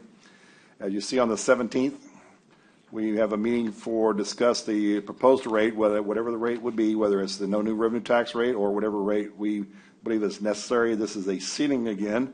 This is not adopting a rate. This is just proposing a rate that we will use, and we propose a rate that's in excess of the no new revenue tax. We have to publish notices and hearings, and we have to have a public hearing. And I believe the public hearing is on page C2. When's that hearing? It is on, September the 1st. yes. So then, Doug, Dale, let me, on the 10th is a submission, voter approved and fund. So that's kind of when because the only way we would know that, okay, wait, I'm sorry. On August the 10th, we will basically tell you here's what the no new revenue tax is. Here's what the voter approved rates are. Here's what last year's rates are. And here's what the fund balances we have for the operating funds we have. That's all it is just submission of the rates. And the 17th, we On the vote 17th, on? you actually propose a rate. We have to propose a ceiling, right? We don't. Yes, That's the correct. one where we propose the ceiling. Correct. Right? Propose the ceiling, yes. Okay. All right. That's what I'm just making sure. And then if your ceiling is Record above the vote. no new revenue tax on September 1, there would be a public hearing. Public hearing would be required and notice would be filed. Now, on the August the 17th, since this is going to be a vote, it will be a registered vote for each of the commissioners, and we need to make sure 4 are present for a quorum. 4 are required for this rate as well as adopting the rate. They're all 4 are required for a quorum. Now, the public hearing, you only need 3 to be a normal. This is basically all we'll be talking about is where our budget is, what we plan to do, and what our rates are. On September the 2nd, I will be filing the proposed budget with the county clerk, and with each of the court members to tell you, here's what we're filing or the proposed. Anything can change from that point in time. Then we make notice of what our meeting for is September the 7th. September the 7th is when actually we have the Commissioners Court meeting where we adopt the tax rate, and then we adopt the budget as the court so chooses. And on October the 28th, I file the approved budget with the county clerk. Any questions on the calendars? I don't have a question on the calendars, other than we're going to make some decisions tomorrow about, I guess, if we want any more workshops, or what are we going to do, on more information. But I just wanted to make sure that when we go into the book, you've done some nice calculations. Are you going to try to get into that next on jumping all the way to J? Because I feel like we need to make sure. I'm going to go through the general funds, revenue, and appropriations, Okay. and show you what our estimates are. Even though these estimates will change, but when we know that we'll be transferring some of the costs out for the transporting of the inmates, as well as the Metrocom, as well as the moving the money, the 35% from the sell the asset over the general fund. So some of the numbers will change in my estimated actuals, but I just wanted to show you where we started with. And right now, we're expecting a little bit of a loss, and if we can use these numbers, as well as what I mentioned to you about suspending some of the medical insurance, that will definitely save some money, and then our loss won't be as significant. If we're ready to go into the general fund, if we go to D1, the one you need to do is a column right in the middle that says estimated actuals, and then the 2 columns to the right, you'll see over and under budget. Those are the 2 items that are really important to where we're looking into. The first level is you see our property tax. Our total property taxes we estimate collecting $85,258,978. But as you see, that's $2 million less than what we budgeted. That's where we're a little bit hurting because of the economy, because of COVID, because of the inflation rate. We're about $1.7 million short on ad valorem, and that kind of meets with what the tax assessor collector has been provided on their monthly collection reports. As we see, the next one is the other taxes. Other taxes include your bingo tax, your occupation, and VIT. That's not as bad because we're 4,752 over, but however, our bingo tax is a little bit less, and the state changed how we collect money for the bingo tax. Before, they would collect everything and submit the money to us. Now we are required to collect the bingo tax from every entity. It goes through the county clerk through collections. So we need to make sure we've collected from every bingo establishment in the county to cover this, and it is down about $30,000 if you look through the history of the time. Now, where the concerning numbers are our fees of office. You see our fees of office for our county clerk collections division, and this is because we haven't had a lot of the court action. Our district courts and county courts have not been hearing cases as much as they had in the past.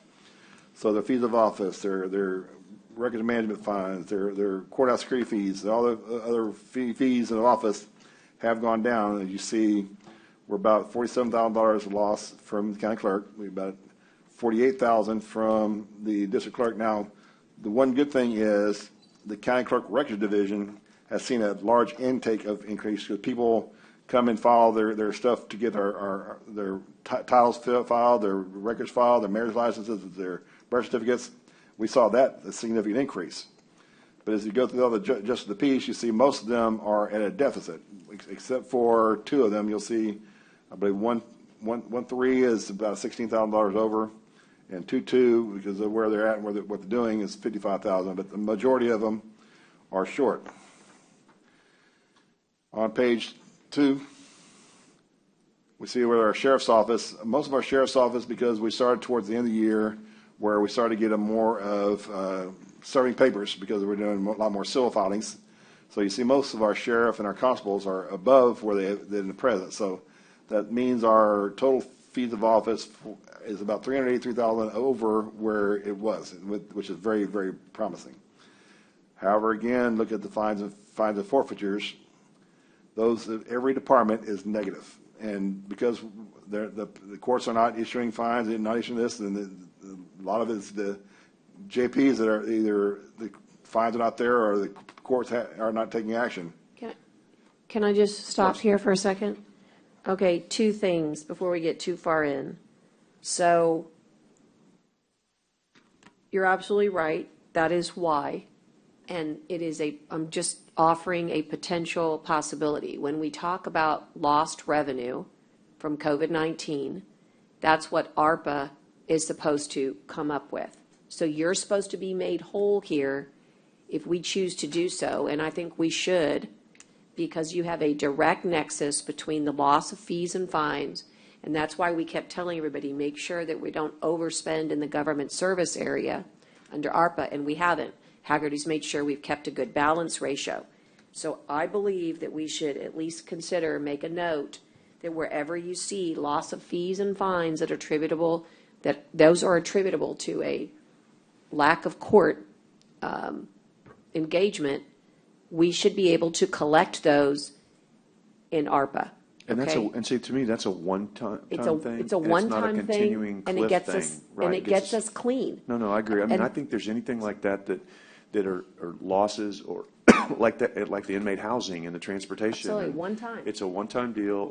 That's not going to kill us when we have to jump off the cliff next time, unless we lose it again because of something else that comes up, God forbid. But I agree on those. I just have heartache on the new Right. position. So I just wanted to stop and say, I'm going to ask for the total of what you believe to be, based on these calculations, the loss of fees and fines, and ask that total be given to the court for consideration to be made whole, just like we did health insurance and other things. And then my other ask is, and I'll make the call myself, but on Linebarger, I'm going to make the call to Linebarger, but on the 176 deficit that's really hurting us, that's the lack of people paying their taxes up top, that looks a little not in keeping with previous years. I'd like to see the breakdown from Linebarger on that, because they know exactly what the timing is on people paying. In other words, there's a date where you get your pink slip, right? And then there's a typical estimation on, okay, from the time you get the slip, what do we really see as an average recovery? So we need to calculate that in. But more importantly, there is a mortgage program right now by the state that says, I'll pay your delinquent taxes. You know? So if it's COVID related, then we get those the state will pay them their back taxes, delinquency. So at some point, I want to look to see whether we can recover those. And again, Linebarger knows this, and they're working on that. They send those documents out to the people, but I don't know what their ratio is on hits. So I guess we need to have a little report, because that 1.7 is probably our biggest hit. Well, the one thing we need to also look into is, I know during the middle of the years, we added some more certs and TIFs of balances, and once you do that, it's a reduction of taxes, because here's your maximum rate. So that could be that we've had to start paying into some TIF areas or higher TIF areas, and that could be why the reduction is. Now, that is a good, interesting concept. Yeah, I'd like to see that too. That could definitely be it. Okay, all right, tax increment, those funds, investment funds. Okay, all right, sorry about that. I just wanted to mark about those the fees and fines, because I feel like across the board, we could help ourselves a little bit. Go ahead. Toward the bottom of page 2, you'll see you have the license and permits is where it's a little bit less, but that's understandable. But now the motor vehicle services, where we get part of the sales tax from the sale of all of our motor vehicles, you see that's significantly higher by $500,000. So we've seen a lot of sales. We continue to see a lot of sales. So we can expect that to continue to be at least that high or higher. So that's a very promising number. When we go to the next page on D3, you'll see our salary reimbursements from everyone. Those are in balance where they should be. Now, the one large is when we start going to our bottom numbers, our indigent defense, as well as our state alcohol and state jury. State jury is down because we hadn't had jury expenses to get reimbursed from the state, but we expect that to continue once we get the courts running again. So even though that's a large number deficit, I don't believe we need to reduce any of that. Our hazardous waste is down slightly, but I think that if we continue through the year, we might lower that down, because if you see the history of that events, 250, 210, 190, 213, 265 may be a little high, so we may reconsider that. Our tax collection fees, what we do from other entities, we're a little bit less, but that's just the way it works. So you'll see the other governmental revenue is basically our grants.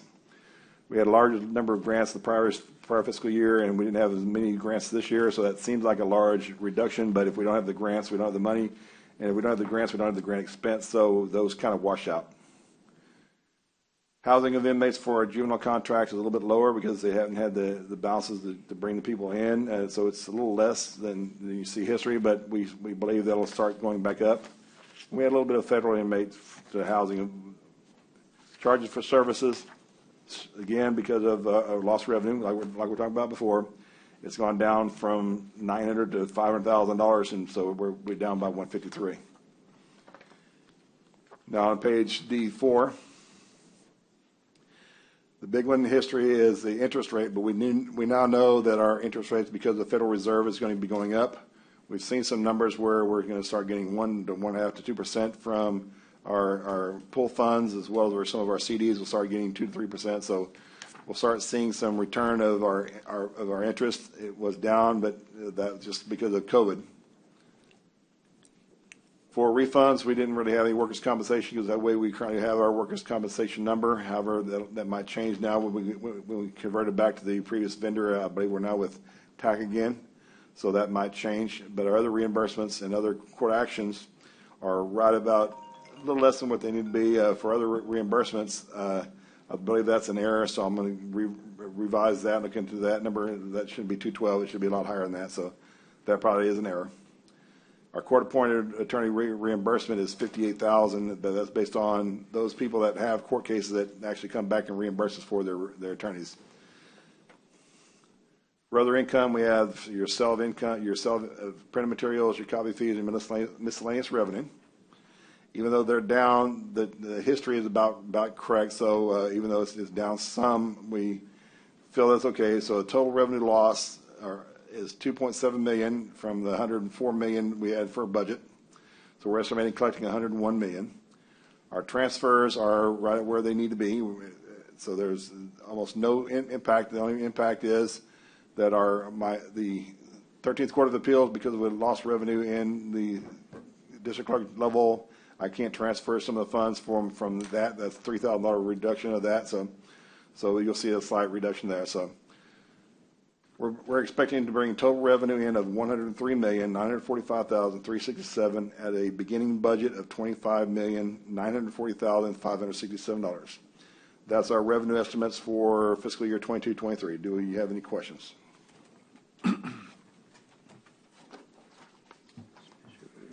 If we're going to go to E1.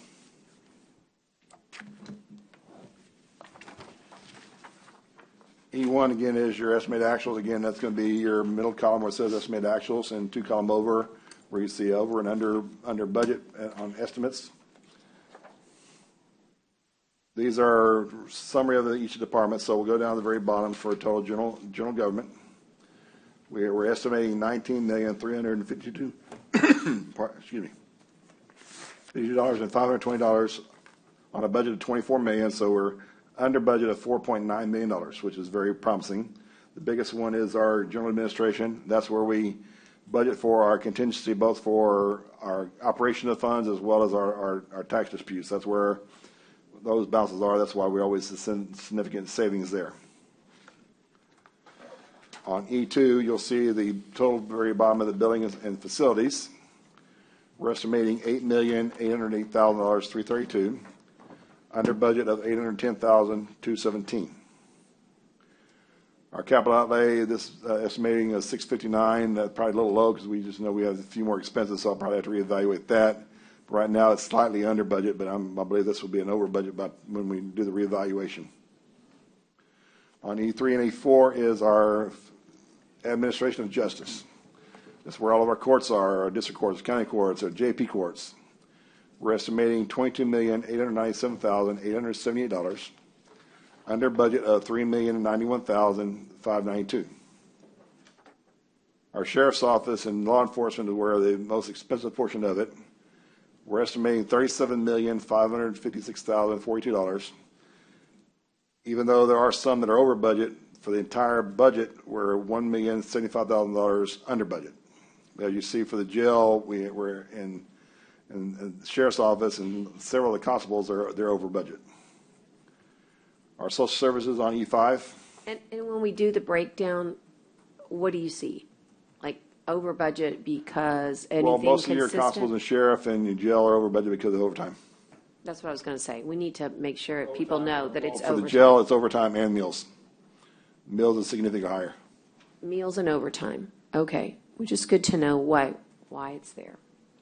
On E5, we have our social services. Our social services is $2.9 million on estimate, or $397,000 under budget.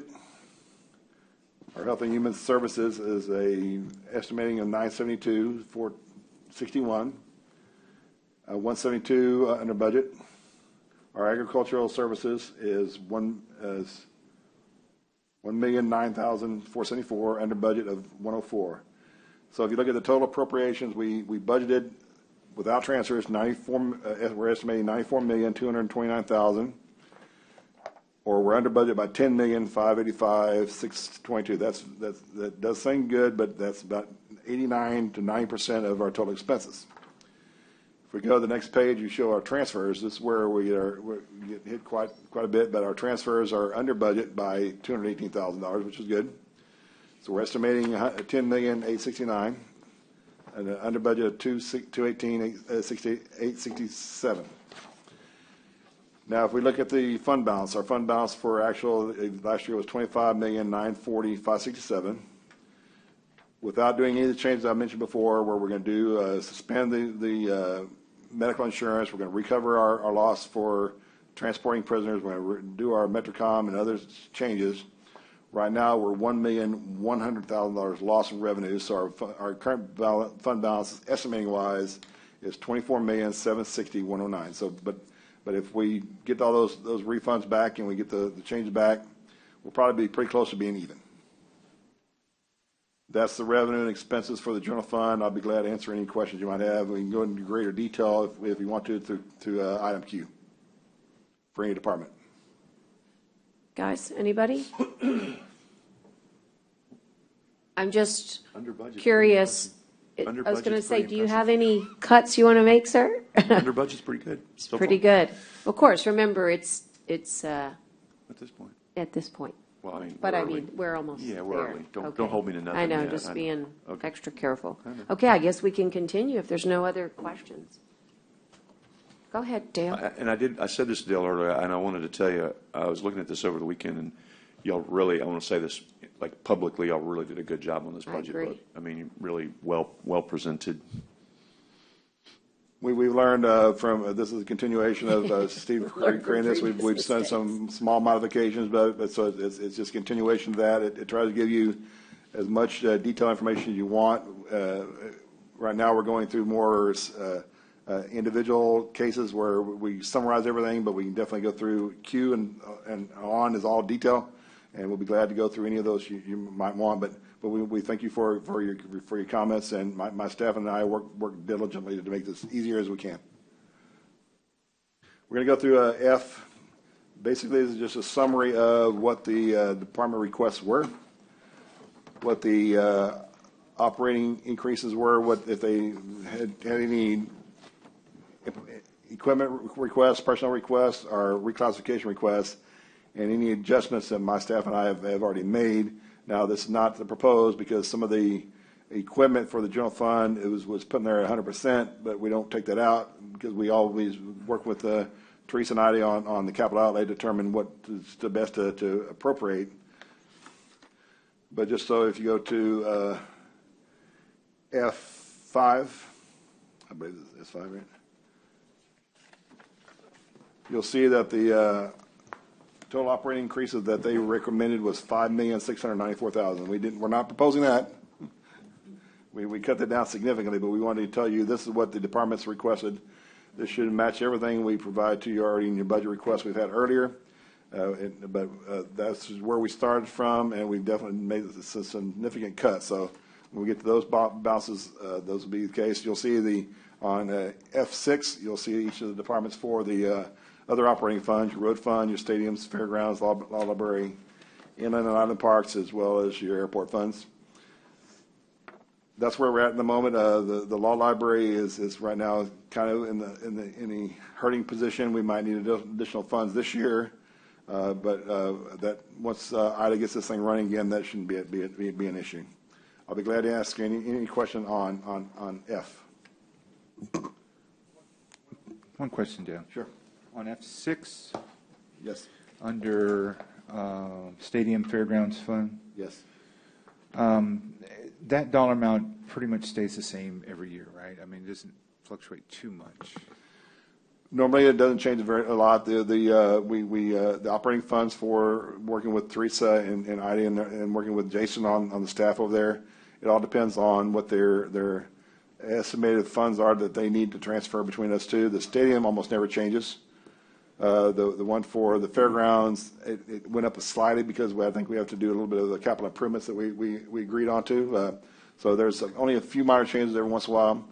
We've got the sale of assets that we now have additional funds that these funds can now probably be used for a lot more changes in fairgrounds. Or if the court so chooses, we can transfer this over to the sale of assets in 133 and use that for whatever the court desires. But normally there's not a lot of changes in the stadium fairgrounds. So I want to focus mainly on the stadium because, we just approved in our last meeting, I think, or two meetings ago, a contract for a big event there at the stadium, at the baseball field. And I think that may be a sign of things to come. I think there's going to be a lot of interest in wanting to use that facility. So, I would like to look at using some of my funding in the future, maybe my ARPA funding, to help do some adjustments, some improvements to that. I'm just trying to get where my baseline is. So we should be seeing $310,000 roughly a year in the operation. And that's just covering salary, or is that like the upkeep? It's the upkeep of the. I don't believe we have a lot of salaries in 141. No. Or 140. 140. Just the upkeep of the insurance and maintaining the lights and stuff at the stadium fairgrounds. Okay. As you see, there's $1.17 million in the sale of assets. Those funds can be used to make the stadium better if you want to. That way you don't have to use ARPA funds if you don't so choose. But that's good to know. Yeah, because I'd like to. I think that I've spoken with the judge about it just because we get requests every year. I think the last school maybe to use the baseball stadium was London. The 310 is just budget. That don't mean we spend $310,000 a year. It's just that's what the budget is. So. That's what's budgeted. Yes. Yeah, I just want to get a better feel for that so we can know moving forward. Now that we're out of getting out of the tunnel from COVID, that we can get our crews back to working and improving the facility and keeping it at a level that it's able to use for a music festival one weekend or a baseball playoff game or series the next. We're poised for such a great location, and I think that's why previous commissioners' courts decided to put so much of the taxpayers' money into that investment. And so I think we need to recoup it. I think we need to make sure that it's a viable option, because some people will look at it and say, well, some of the seats are need improvement, or the painting or the field itself has kind of gone in disrepair because our guys were out responding to COVID and not able to spend time like they normally would maintaining that field. So I just wanted to get an idea where we're at with that money, so then I know, what can we put in or what do I need to put in. But that 1.1, if that's available, then definitely like to see that put some of that into, if that can be applied to the 141 fairgrounds, that would be great too. But John, that helps me out. Is that that seems to be like that big picture discussion. I mean, what do we really want? What is that field's future? I mean, if we really talk about that, I mean, everybody now has a baseball field. We hoped Robstown maybe, or TM, but now they've all got fields. And so I think there's a big picture discussion on that we need to have on really what can we do with that field? Is that something we could repurpose? I know that's a very touchy subject, but I mean, Well, not if it's Top Golf. Right. Or I mean, not if it's, or a a housing soccer development, stadium, or right? or a big beautiful office. There's got to be a way to look at that field and where it needs to go before we spend any more money putting anything into it. Because if we could come up with a repurpose on that would make it, because right now that doesn't help Robstown, it doesn't help the northwest part of our area because it's not being used, right? So if we could figure out a way, good suggestion, Topgolf, if someone like that would come in, or and repurpose that facility before we spend any more money on it, I think that would be a better potential revenue generator for the county and for that area than that baseball field, and just continuing to throw money after that one. But that's just, I think that's a very valuable piece of property, to do something with that could really be an economic driver if we do it right for Robstown and the northwest part of our county. Yeah, just remember, it's like 4 minutes to Cal Allen It's from unreal. there. I mean, could you It's do so maybe you close. do an RFP on that thing and see what people come back with. And I know we've got some bonds tied to it, and we have to. No, we're good now. We're good now? That's done. That's done. We're good. So we could just do a Every little. year, We're good. Every year we transfer $1.1 million We're to the good. Stadium Fairgrounds. Stadium gets 100,000 of it. The Fairgrounds gets $1 million of it. So we transfer general fund money to operate those every year. This is going to sound small because that's such a big, good conversation, but I was there last night, and so I've got pictures on my phone. But I think going back to the discussion of Road and Bridge and Inland Park, some of the areas that we know we have, unique people stationed there, I really would love to see, now that we're out of COVID, at least in the extent, at least for right this moment, I'd love to see us reallocate people so that we could have consistency, so that someone in Inland Parks is stationed on that fairgrounds, right? So you create a pride of, wow, I am maintenance for this beautiful area, and it's done every day. The way we do it, all we do is we shift people all day long, and therefore nothing gets 100% attention every day. And I can show you on my photos, I brought him to show John why that doesn't work. And so I just think that I hope maybe as we address taking salaries up, that we can also address the organizational chart, because if we had one person or two people stationed at our major facilities every day, you would see major improvements every day. And you would also see the pride of, hey, this is a place I take care of. I don't know how we got away from that. And it happens at this building more than any place where you can see evidence of things not working right, because people get pulled off. That's different, right? That's a PW. But on inland, we could do, and I just think we would have better success. And again, I'm out there all the time, so I see when there's positive, and I see when we haven't been out there. I know we've got some requests for ARPA funds of $6 million for in the parks, and as we go to tab G, we'll talk about the salary recommendations, request for these areas, and Edward did put in a request for 10 new employees. You'll see at the very top of G1, he asked for 10 new employees. We can't afford that this year. Maybe we can add, if y'all don't realize, 170 is Inland Parks, but they receive 100% of their funding from the general fund. 100%. Mm-hmm. Right now, we transfer 1.7 million to the general to the Inland Parks. So if you would increase that by $400,000, we'd have to increase that by the same amount. 1.8 next year. 1.8. So it's with all the stuff is adding with the new park improvements, I agree with the judge. We probably need staff to maintain each of those individually. But can we afford it this year? I don't believe we can. Yeah, I mean, I hear you. I just, again, you can't make these investments and then allow them to fall. You know, it's like having nobody on your beach. It doesn't work. You have to have maintenance, but what I think is we're too scattered. I mean, first of all, they just do amazing work, but they would love it more and they would appreciate it more if they could home base somewhere. And you could even have a schedule, Monday, Wednesday, Friday, these two. I know they work their schedule, but I promise you that it would work better if you had a groundskeeping crew that worked certain facilities only. A lot of the improvements that Edward was putting in for the $6 million included soccer fields, included baseball fields, and in different parks, and they need to be maintained. Yeah, you'll never be able to support that because we can't support what we've got now at a high level. But so I like the idea of looking at assets that can bring in revenue like the stadium and then being able to dedicate it, you know? I like that. So basically we go to G1, and these are all the recommendations for new positions that were requested by the departments. See the summary at the total at the very bottom. The general fund has a 31 employee request of 1.5 million. One special revenue fund, which is the Go Mesa, which we're not going to account for, so that will be taken off. The operating funds is your 170 or 180, and take $77,000 out of that 700,000. So it's still a total about $2.2 million or $2.1 million total request. These are not recommended; these are requests.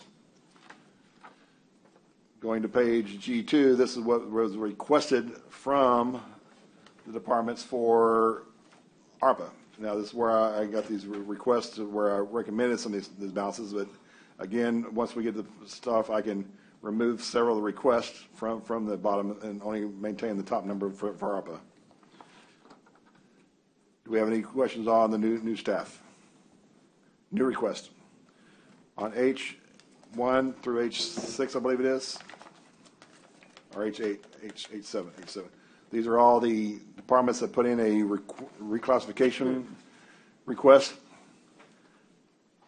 Now, if the court so chooses to do a cost of living increase, most of these reclassifications will be reduced. The only one I would recommend to maintain would be the one for the sheriff's office of the jail. They put in a request for 24%. That's a little bit higher than what we can expect, so I'm recommending a 10% increase. So that would be the only one I would recommend maintaining, with one exception, and that would be the one for the library. The library's computer specialist, this was something that fell through the means last year. They're computer specialists. They want to get them the same level as our other micro specialists. So the only thing I would recommend for that, if we do a COLA, would be the computer specialist on H5 and the cadets when we get to the reclassifications. The rest of the items, I would not request any increases. And we can do that when we get the request. Do you have any questions on reclassifications? Now, I is our capital outlay request for each department, and we kind of divided this by what we think can be done and what we know needs to be done through major operations. You'll see that at the very top of the Road and Bridge submitted an amount equal to what they've had in the past, so we believe 100% of that can be funded through their operations. That includes a John Deere backhoe, a flatbed brush truck, a 3,500-gallon water sprinkler truck, and another tandem truck that they believe needed. Now, when we, pardon me, we had a request from the inland parks. You see their total request was around $26 million. Well, we were only able to fund about $30,000 from their operating funds. The rest are either through ARPA funds or through capital improvement funds or through other funds. And we know $6 million of this total $23 million is going to be funded through ARPA funds. I'm not sure exactly which the parks that they have improvements that qualify, but there's a lot of other stuff that they have that we can't fund with operations without either doing a certificate obligation or lease financing or some other forms. Same thing for coastal parks. Coastal parks, we're allowing them to budget $500,000, excuse me. $5 million of it's going to be outside of the funds through either ARPA or through, hopefully we can use the money for the TIF for the Pottery Body Park that we're talking about, or the access roads and stuff that we're doing, some other stuff that they're requiring that we just don't have funds for. The rest is all general fund. On page 2, you'll see a balance for our Hilltop facility. They're replacing some wings and stuff, the $1.3 million. I know Commissioner Hernandez is working with Edward and working to get some stuff through ARPA as well as some other forms of funds. So $1.37 million is going to have to be through a capital outlay. So we expect the $145,000 is qualifying for general fund. Same thing for your Robstown Community Center. The new building that they're asking for Driscoll can't be through regular operations. It has to be through some other forms. 683. The rest are just general form, and I know we're working with Teresa and IDA on how much funding we're going to have in the general fund for total cost. I believe we're adding $100,000 this year for capital outlay from what we had in the past. We've added a little bit of around 125 because we're getting a significant number of cars to our lease agreement this year, and we had to put in the lights, sirens, radios, and laptops for it, and that's something we had to put in. We didn't have it last year, so that's our capital outlay for 22-23. I can be glad to answer any questions you might have. Yeah, Dale. Yes. Just overall on capital outlay request, I mean, at least for the equipment, not necessarily anything other than that, but like we talk about the backhoe, right? We priced at $170,000. I'm really concerned with just that and the pricing for vehicles, because I know that they have fluctuated a lot, especially over the last year with supply chain issues. And we still haven't caught up as an economy. So what are these? I mean, I know everything with budget is an estimate, best estimate we can. But, say we do go with some of these recommendations, what do you have built in? Or do you feel pretty confident that these numbers will stay at that level? Or are you giving us a little bit higher estimate, maybe the peak based on trends that you've seen? And then you're just giving us the highest point you think, so we can stay below that. Or Most of these came through quotes through the departments. The departments put in the quotes through their budget request, saying this is what they believe their quotes can qualify for. So we're relying on the departments to tell them what they believe is necessary to fund a backhoe, to fund a dump truck, to fund some other stuff. Now this can be the highest level they see, and we can get it for cheaper, or we can try to get it for a lease purchase where it won't be as bad as the capital outlay, but most of the stuff that we see here is through a quote that the department has provided to us. And like a dually truck, that's not going to be part of our enterprise lease, then? They don't offer that, or what? Well, I'm working with Michael on some of the equipment. These larger trucks, larger dump trucks, dually trucks are not something they currently lease out, but that's something that we can work with them. Yeah, no, not a problem. I just want a clarification. Yes. Yeah, no, I totally. A bigger enterprise maybe doesn't have a whole lot of dump trucks, small or tandem or the dually. Now, if we go to 180, this half-ton truck, three-quarter-ton truck, those most likely can be done through a lease purchases. That's why we kind of put them over here as major and either, because we're in a policy now that the court is telling us that we don't want to buy any vehicles because we're doing most of it through leases as best we can because it's cheaper. Right. So, and that's what we're trying to say. So some of these larger trucks, larger half-ton, three-quarter-ton trucks, dually trucks, we can possibly get through a lease, but we need to work with the enterprise to make sure they can qualify and get the stuff for us. All right. Thank you. And this is just food for thought. Ida and I both visited with them, but we visited with GM, who has a brand new fleet for lease, I guess, to compete with the enterprise, that are just simply for emergency and law enforcement vehicles. So, where enterprise may be like good for some things but not for others, I brought you all that info. I just need to get it to your desk. But I do love the lease because of the maintenance pieces of it. Yes. But I noticed that wherever there are gaps, I mean, I don't think they're doing dump trucks, but as far as like other vehicles that we may need, including high water vehicles, let's at least, I'm gonna dump what I've got on, That right now, they don't From have any you. high water vehicles, any large vehicle dump trucks or something like that. They currently don't because they want to have an aftermarket sale price Exactly. for it, so. okay, all right, well, I'm with you there, and then I want to mark all that playground equipment. I'm going to talk to you guys about that offline. I think there's another opportunity that was already spec'd that could help Edward on his budget. If we had another resource for all the playground equipment, then maybe that would free up money for other items, so just, We had some playground equipment, we wanted to work with the health department because they had some funds through some balances, and we got some that were Right. ADA responsible, but there's still some more, including the ones at the Hilltop area, they want to do some playground equipment, so yes. I agree. In fact, it's Hilltop and, trying to remember the other big one that got spec'd, but it may have even been Ortiz, but you know, when we had that discussion of there's no plan, well, there was a plan, and the plan was that a lot of that health department funds would be used for playground. And so I went and dug it up this weekend, and I'm gonna hopefully get it to everybody, but yeah, I mean, we have dollars, and maybe that can help Edward, so. Hey, Judge, rumor is there's rain in Corpus Christi I know, somewhere. I I've heard it. I just had to share that. To I bring a I little wish that, hope just so you and know, let's hope to recess everyone. if we go see it. How sad is that? It's very sad. Oh, my I just gosh. sent you guys a drought email. Okay, so thanks, Dale. Okay, go ahead. All right, that's our capital outlay request for the balances. Now we're going to kind of go in our budget challenges that we kind of know and some of the items that we want to reflect and see the best how we can best handle that stuff. The ones Okay. that would have a asterisk by it are kind of required increases. The ones that don't are items that definitely can be discussed through court to determine whether we want to include this or not. Okay, can we go through those before we, I think these are the ones that the court needs to just make sure that they digest. And if there's anybody that feels differently, I'd like for you guys to speak up.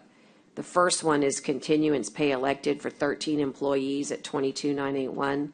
I mean, that's not an option. That's an asterisk. There's 13. A majority of the JPs qualify.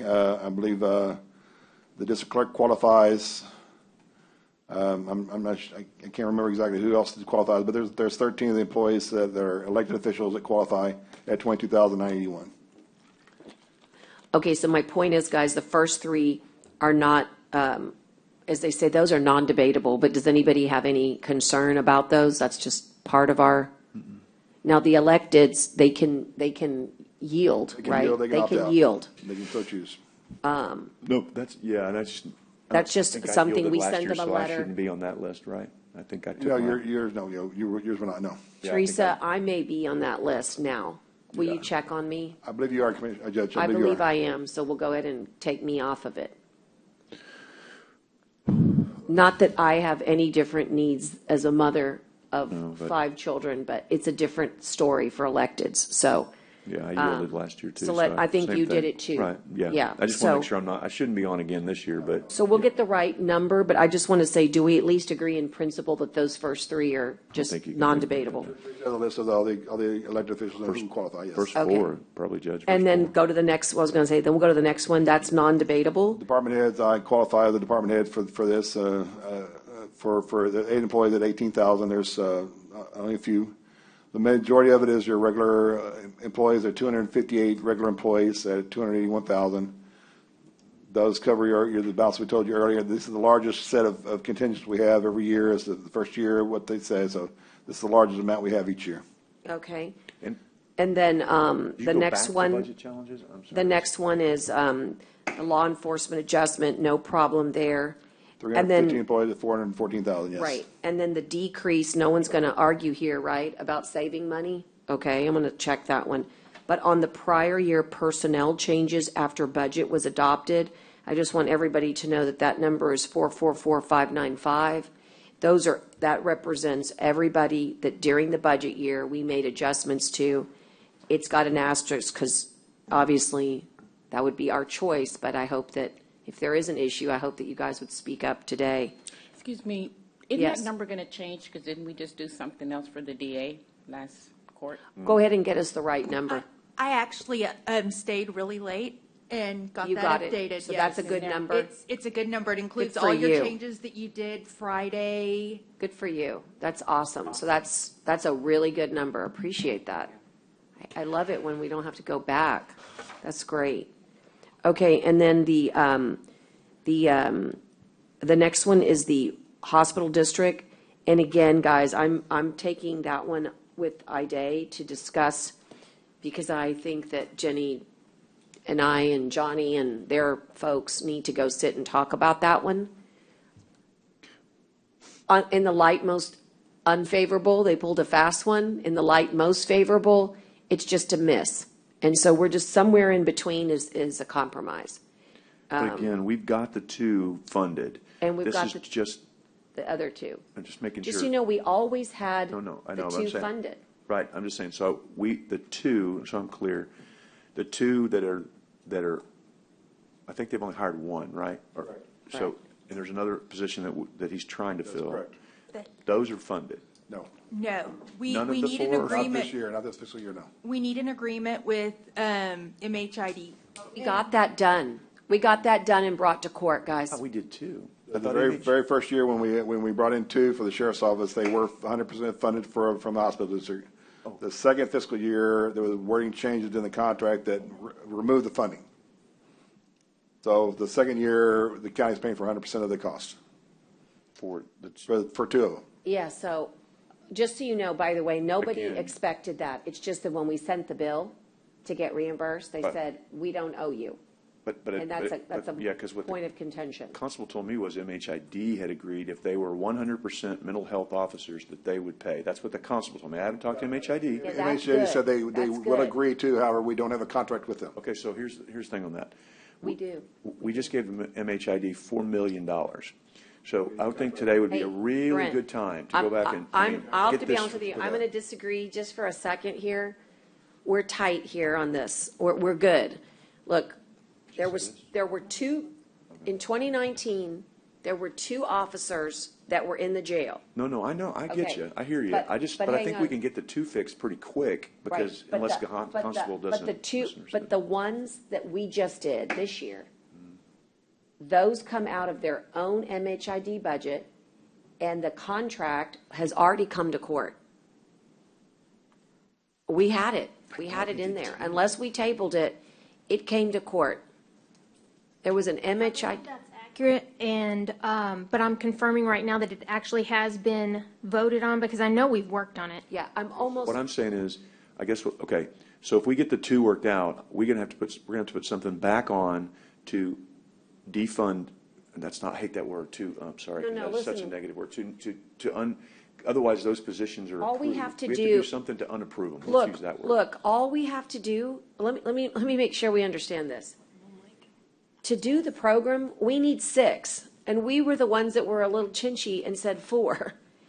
The two that are reflected here need to be paid for by the hospital district. I That's- wasn't going to say that. That's 4, I think, isn't it? 218 is, Two original from the hospital district. but 218 is for 2? Is for Yes, 2. yes. With But it benefits. it's the employees plus a car plus others. Yeah, it's other all, stuff, it's so. the whole budget.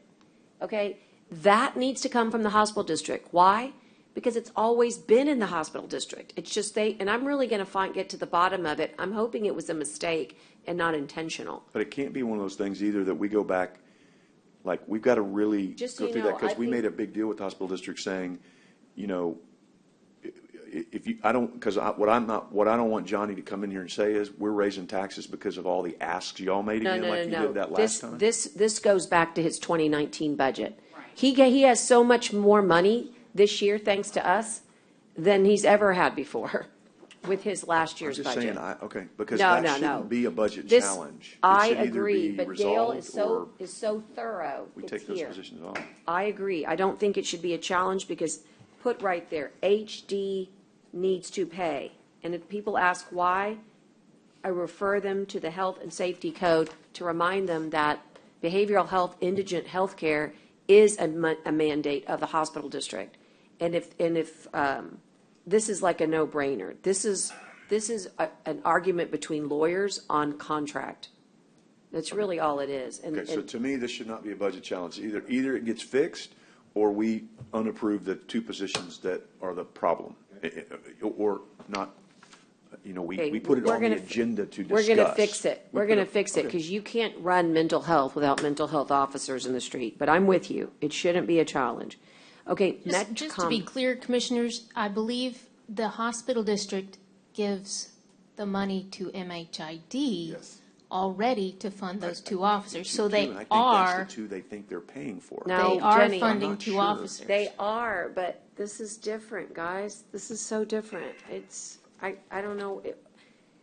It's fine, Judge. I'll give you a Yeah, chance to go back trust and bring me, it back. I trust don't wanna- me. You're right, and you're right, but the number is 4. But I'm just telling you, CCISD, or no, CCISD, Bronner, CCISD, HD, no, CCPD, my understanding, only has one mental health officer for the entire city of Corpus Christi, so, well, that might explain quite a bit. well, no, I mean, the point is, why are we taking on 4? Because we have a program, I and know. we need to remind everybody, it came to court. This program assists CCPD too. This is okay, we'll get back to it. Let's do that. It's not a contingent liability, because we're going to make sure that it's not. Okay, Metrocom, Teresa's going to work with us on getting just the backup, because I think it's important for you to have it. But as they say, Teresa, is this a case of it is what it is, Dale? Well, what I'd like to recommend, there is a possibility of a $423,639 increase. Last year, we paid 100% of the increase from ARPA. I would like to recommend if we split this 50-50, let ARPA pay half of it, when the general fund pay for half of it, then we can kick the can down the road next year. But I get it, and I hear you, but we're stepping off the cliff again. I will say my hesitancy throughout this discussion, and if I vary from it, please call me out on it, is I'm okay with the concept of, and I'm one vote only, but I'm okay with the concept of another year of funding already funded positions. I am okay with funding any legitimate losses as the judge described. I don't know that I'm going to vote for anything that's a new add to the cliff, because I am really worried about next year's budget going to be 10 times worse than this year's budget if we keep doing that. So I appreciate why you're doing it, but I'm really nervous about it. And I think on Metrocom, I think maybe we should have like a whole nother discussion just on Metrocom. It's going to go on forever. Metrocom's never Yeah. going to go away. So I mean, There's some opportunities there, I think, in the future there. Just to remind everybody, we don't receive any 911 fees, Brent. No. And commissioners, and we need to change that. And that's something I've talked to Todd about. It's something that I've talked to Chewy about. It's a long story as to the legislative process as why we opted out of it a while back. And the county's changing and the demographics are changing. And so I'm suggesting that we go back to the legislature and get brought back into what's called a district. And when we come into a district, we would be eligible for 911 fees. There's also something called the IP fees that we could be eligible for. That's like when you have a phone number, like all our iPads have phone numbers. So you should be able to get the fee attached to those. And we're going to try to collect those, I think, for the very first time this cycle. So Metrocom is its own animal there. We need to work towards our future on Metrocom, because that's just going to keep increasing. We got to make sure that we have dollars there for that. Okay, the 27,000, self-explanatory, janitorial services. The COLA is 1.5 for 3%, and then the others. So for Metrocom, are we splitting it, or are we leaving it all in general fund? Yes. I don't know. That's just my opinion. Even the next year, if it goes up, that's still an increased cost if we're not going to use my our. opinion is I wouldn't, but that's I'm I mean, Like I said, it might go up next year, but I don't think it'll be a $400,000 increase, because this year, because we're at 1.2 to 1.9. You got to use your mic, Teresa. You got to use your mic. I'm sorry. can y'all pull that budget so we can look at it? Connie is the microphone police. So yeah, next year we'll have probably a small increase in Metrocom, but it won't be $500,000. Like But it we is this still year. have to come up to the total budget. I know, but it still won't be and- $500,000, but That's all. hopefully. Yeah, I think if we can I mean, obviously, today's just day one of budget workshop. Let's bring back Metrocom, but, and then obviously the rest are self-explanatory, which is how you get the big number of 3.244, assuming everything stays the same, and I agree, it can have a little bit of fluctuations. So, any questions, because this is a big one. It's a good place to pause. If anybody wants to, pause here, this is A through J is what we've been able to go through so far in our budget books. Okay, Dale, no questions. I guess, do you want What I'd to? like to do is kind of go a little bit advanced through some of this stuff as we go to O, Oh, you got it? because some of the next stuff we have coming up with recommended budget challenges and recommended reclassification, recommended new positions, it's good to know what our values are. If we go to O2, you'll see our values for our general fund. Can I go back? I thought you were going to go to M. I do have some on M. Okay, look at him. Let's go to M then. And Judge, I know I'm not trying to pick a fight on this because I know this is something you support, and I'm not trying to be that way. But On M? on M, on the new position between county library and Oh, I have a solution, I think. I don't think we're going to be too far apart on this one. my thought here was just that we needed that UTMSI. I've talked to them. I agree.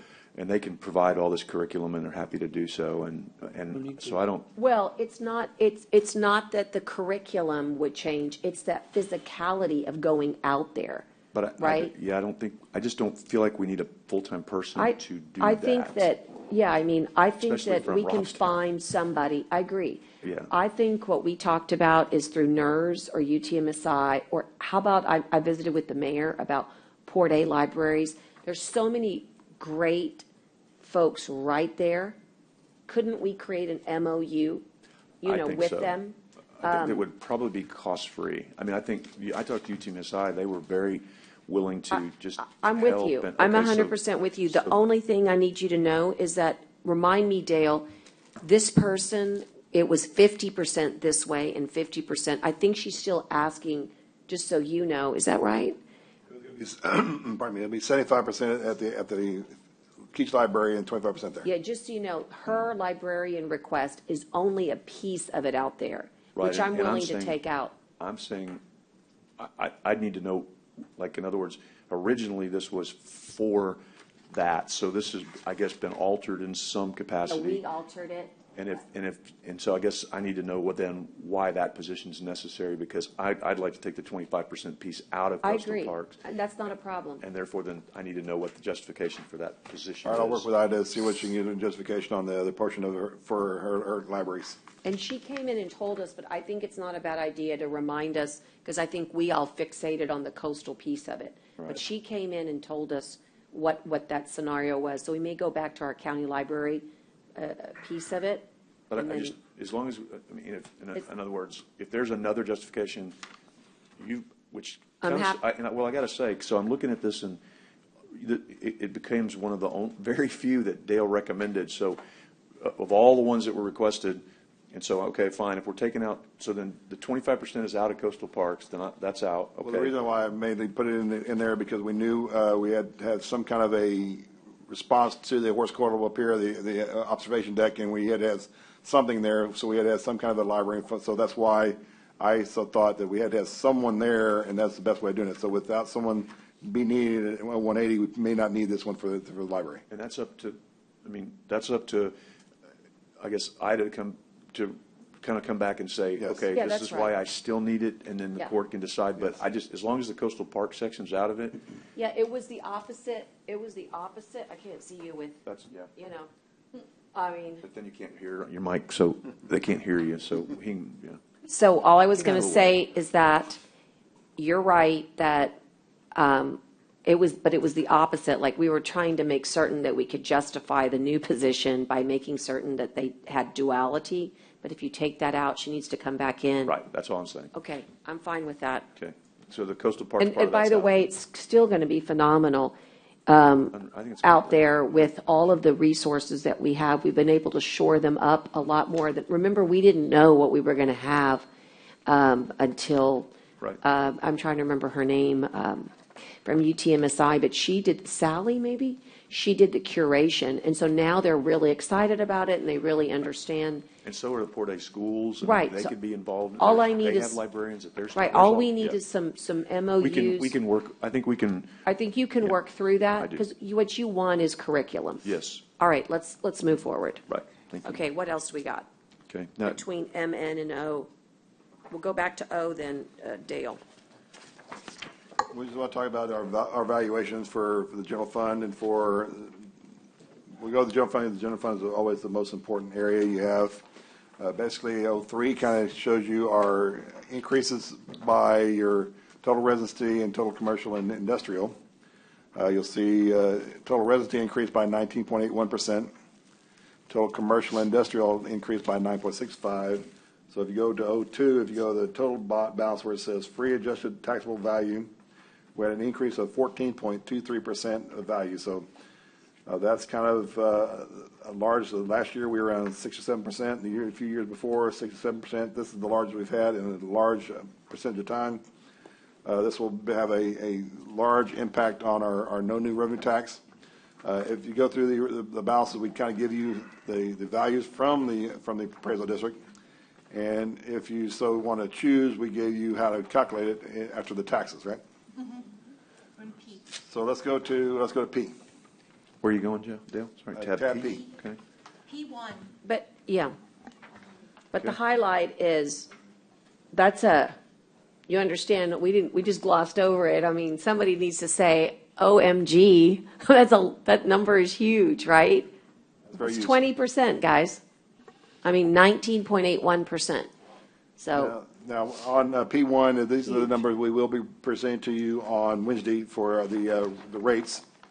This shows you our last year adopted rate, our no new revenue tax rate, our voter approved rate, and what our voter approved rate would be if we use 100% of the unused increments. Going from the left to right, you'll see our last year's adopted tax rate of 0.310445, with the general fund being 0.261948. If we go to a no new revenue tax, you'll see our no new revenue tax for this current year is 0.271918. That is almost a 4% decrease in value. And is that debt, excuse me, debt service fund, is that because we have debt falling off, or why is that going Well, down? when the way the tax rate is computed, they make you compute the 100% value, what your tax rate is, and they don't separate the debt service when you do your no new revenue tax. So that's what the no new revenue tax would be, to bring in exactly the same amount of revenue you did for the debt service last year as you did this year, even though your debt requirement may have to increase. So I don't understand, how do you, like, if debt service fund last year was 0.044, wouldn't you have to, and maybe I'm not understanding your answer because you're way smarter than me on this, so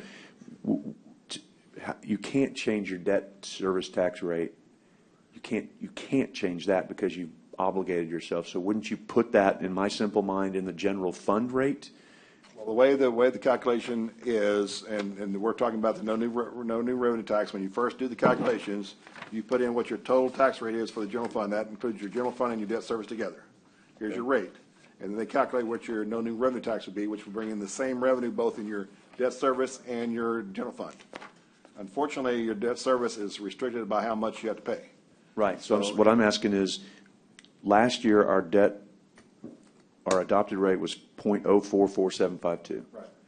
I'm trying to figure out how it could possibly go down. Well, for example, on the value, so last year we needed around $14 million in taxes to pay our debt service. That required the 0.044752. Okay. To bring in the same $13 to $14 million this year at the current value, you only need 0.3702. I see. However, we've now added more tax value, so our levy requirements can be like 15, 16 million, not the 13 we need now of last year. So But that's that- where it gets tricky when they Right. tie everything together. But I that's see, just to to bring in the same amount. exact I see amount what you- on I got debt you. service, I just got like you. you'd see on your I got you. GF. I'm sorry, That's and why that's when a we actually silly- get to the adopted rate, the debt service rate is outside of the no new rate, of the voter approved. So you, whatever you need for your debt service is outside of those thresholds. Right. Wait, I thought that was included in the, wait, say that again? So when you actually do your adopted rate, here's your adopted rate, say you go to your voter approved rate and it's this, and you need more for debt service, well, your debt service is outside of your rates. It can be as high as Effective you rate? need to not affect your voter approved. But when you're calculating the But when you no calculate new it, no new taxes VAT rate- requires you to put them together. Right. So in other words, if you, dang it, I keep choking. If you were to lower if you lowered the debt service fund in some capacity, that would count towards, if you had to lower the debt service, or if you could lower the debt service rate and you increase the general fund rate, you still add them together to get the no new tax rate. They both count, is what I'm trying to get to. Well, I'm once not asking very after you well. calculate the no new revenue tax and you actually go to what you're going to adopt, your M&O rate can be whatever you need up to a certain maximum. The debt service has no adjustment to it. You can make this whatever you want, and then once you do that, then you determine what your tax rate needs to be, and that can always exceed 3.5 because your debt service is based on your requirements. Okay, thank you. So let's stay on this one, because even though I know we're going to maybe take a break, but this is probably the most, well, J1, P1, are pretty darn important. So going over the no new revenue, which is the old effective terminology, that goes all the way to 27 cents. If you have already calculated for us what the max is, it still goes down from 31 cents to 28 cents. And then the last one is the unused increment. And I think it's worth talking about it again, because people do get confused. What does that mean? Do you want to just throw out Yes. what our unused for increment example, is? our main tax rate is 3.5%. So if we adopt anything less than the voter approved, so if we adopted a 0.23% rate according to these rules, and our maximum rate for it was 0.24, we have 0.1 cent unused. And that combines, and for the years you don't use, you can put those together, and it's called unused increment of up to the maximum rate. They use the maximum 3.5 to determine the unused rate. Now, the only caveat to that level is once you use any part of your unused increment, whether you use 1 cent or all of it, once you use any of it, you lose all of it For that year. for that year. So each year is calculated separately of itself. And if you use any portion of the unused increment for year one, you cannot use the rest of it in future years. If you use any part of it in year two, you can't ever go back and get the portion that you didn't collect. And after 3 years, you lose it. Yes. So if you don't go back and use year one, on the fourth year, you've lost it. So if you don't use it by the third year, you're never going to get to use it. So what's y'all's recommendation on this? Well, we got a few scenarios to talk about. Well, let's first do what the rates are, and then we'll kind of give you a few scenarios and how we calculate the numbers. Okay. As we said, our no new revenue tax, if you follow it down, is 0.271918. As we say, that's around almost a 3 or 4 cent decrease in taxes.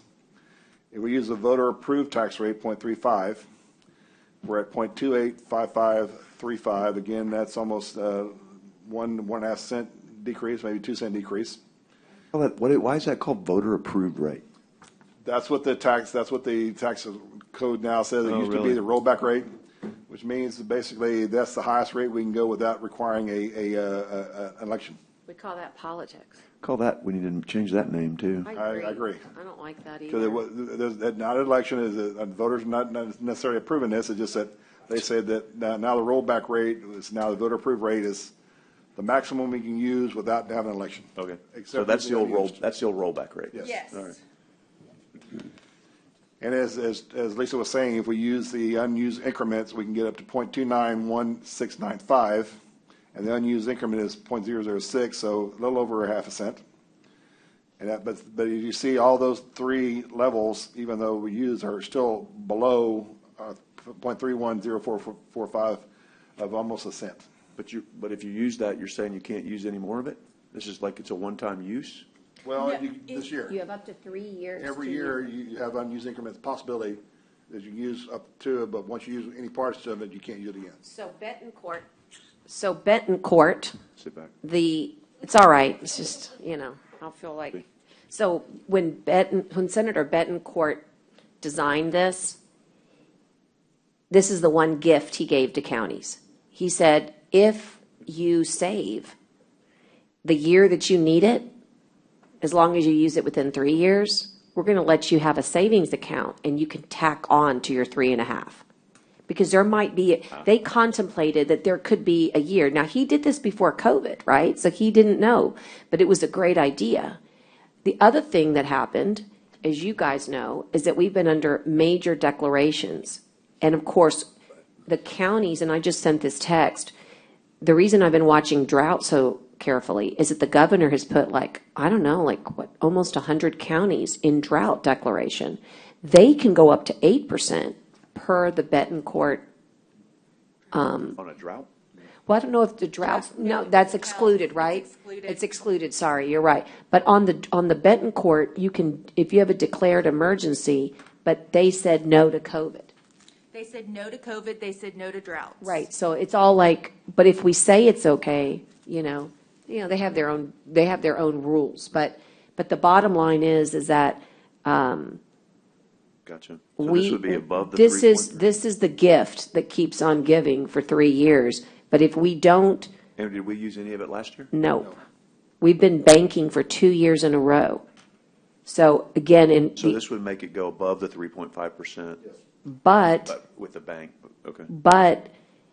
it would, Wouldn't hit the rollback it would rate. still Wouldn't be, affect Not the rollback. required. yeah. But look, it would still be 2 cents lower than last year's rate. No, I get it. It would not and it require election. Pardon? It would not require voter election. No, right, it wouldn't hit in other words, No. the rollback rate represents the rollback, or the voter approved / I'm going to call it rollback rate, Yes. on the proposal is 3.5% increase. The second one is the rollback rate versus, or plus the unused increment, which gets us to be able to go over the 3.5 because we have a banked increment. Okay, I got it. That's as confusing as it's ever been. Like, I like the fact that they changed it to the no new tax rate, because the effective rate, nobody understood what that meant. But then they went back and, I think the rollback rate, everybody understood, and they changed that one. It doesn't make any sense. And these increments are extremely hard to figure out. We agree. Okay, go ahead. Well, That's just my but commentary. the for bottom, whatever it's I worth. guess the takeaway here, Dale, is that if we go the maximum that the state lets us go, plus use all the banked, our savings account, because that's what it is, it's a savings account, we're still 2 cents lower than last year. And that's really why P1 is the story. So anyone listening in TV land, Yeah, it That's represents the- an that's the increase. story. It represents an increase in overall taxes, but a decrease in the tax rate. by a huge amount. I mean, It's just- an increase it's in the tax levy and a decrease in rate, yes. Right, so your taxes go up, but your rate goes down. It's- almost by 10%. So it's just, the facts are the facts. Yes. It's an increase in taxes, but it's a decrease in the tax rate. Right. But it's an increase in the no new tax rate. So, it's just. And I'm not- Well, not- and I'm that's, of not- course, and I'm that's, not opining, I'm Right. just saying. well, I was going to say, We can opine the later. theory is that if you're one of the average people whose appraisal went up, that statement is true. We have to make that assumption that your appraisal went up. If your appraisal stayed the Pretty much same. everybody's appraisal went up. Right, but if your appraisal I stayed agree. the same, Gah. then you'd be one of those people that would have it. You'd be one of those people I'd like to talk to for the 6 people whose appraisals didn't go up in Yeah. Nueces County, because I haven't found anyone whose appraisals hadn't gone up yet. If you can find Right. anyone, Well, the city has already, it's unreal. yeah, the city has already announced that they're going to keep theirs the same, so their tax rate isn't going to go down. Yeah, but they do that every year and their levy goes up. That's, no So offense, that- but that's politician speak. I love my friends at the city, but That's what I was going to point taxes are out. still I know, skyrocketing. at least at the county, we actually lower the tax rate. which is the only thing we can control. At the city, they're keeping the tax rate the same, which is not, I fought over there for doing, Okay. I didn't get I anywhere just on wanna that make either, sure that so we're all in believe me, I lost a agreement lot of there. votes over there on that too. okay, so does anyone have any questions for Dale? Because today is really just an acknowledgement that these are the numbers. Now, on the bottom of P1, you'll see the hospital district as well. You'll see their current adopted rate is 0.111502. And if they use a no new revenue tax, it's 0.097, and their maximum is the 8%, so they don't have an unused increment for them. That's 8%. It's 0.106188. So again, even with them at 8%, if they did that, their rate's also going down. So we're going to kind of skip ahead. We show you the calculations of the general fund, farm to market road, but let's go to tab P6, please. We kind of throw you a few scenarios. We can definitely calculate any scenarios that y'all want us to do, but we try to do the no new revenue tax, the voter approved rate, and then the unused rate to determine, show you where it is for the general fund as well as the debt service and some other ones, but most important is the general fund. So if we do the no new revenue tax for the general fund at the rate, at the value we put in, that would bring in $777,240, which roughly means that that's the amount we will receive on new property growth in the county.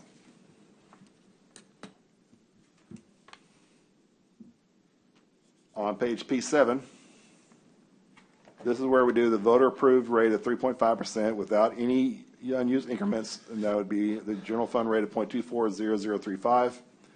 If we do that, our levy increase will be $3,763,346. And on P8, we want to give you what the prior year rate, but we can't use that because that exceeds everything. If we did that, that'd bring in $11 million, but we can't do that anyway, so we can't do the no new rate. We're going to go into the P8B, I guess you put a B on there. Yes. This is our unused increment. This is our unused increment. It's still a reduction of the overall tax, but an increase in levy, of course. The rate is 0.246159.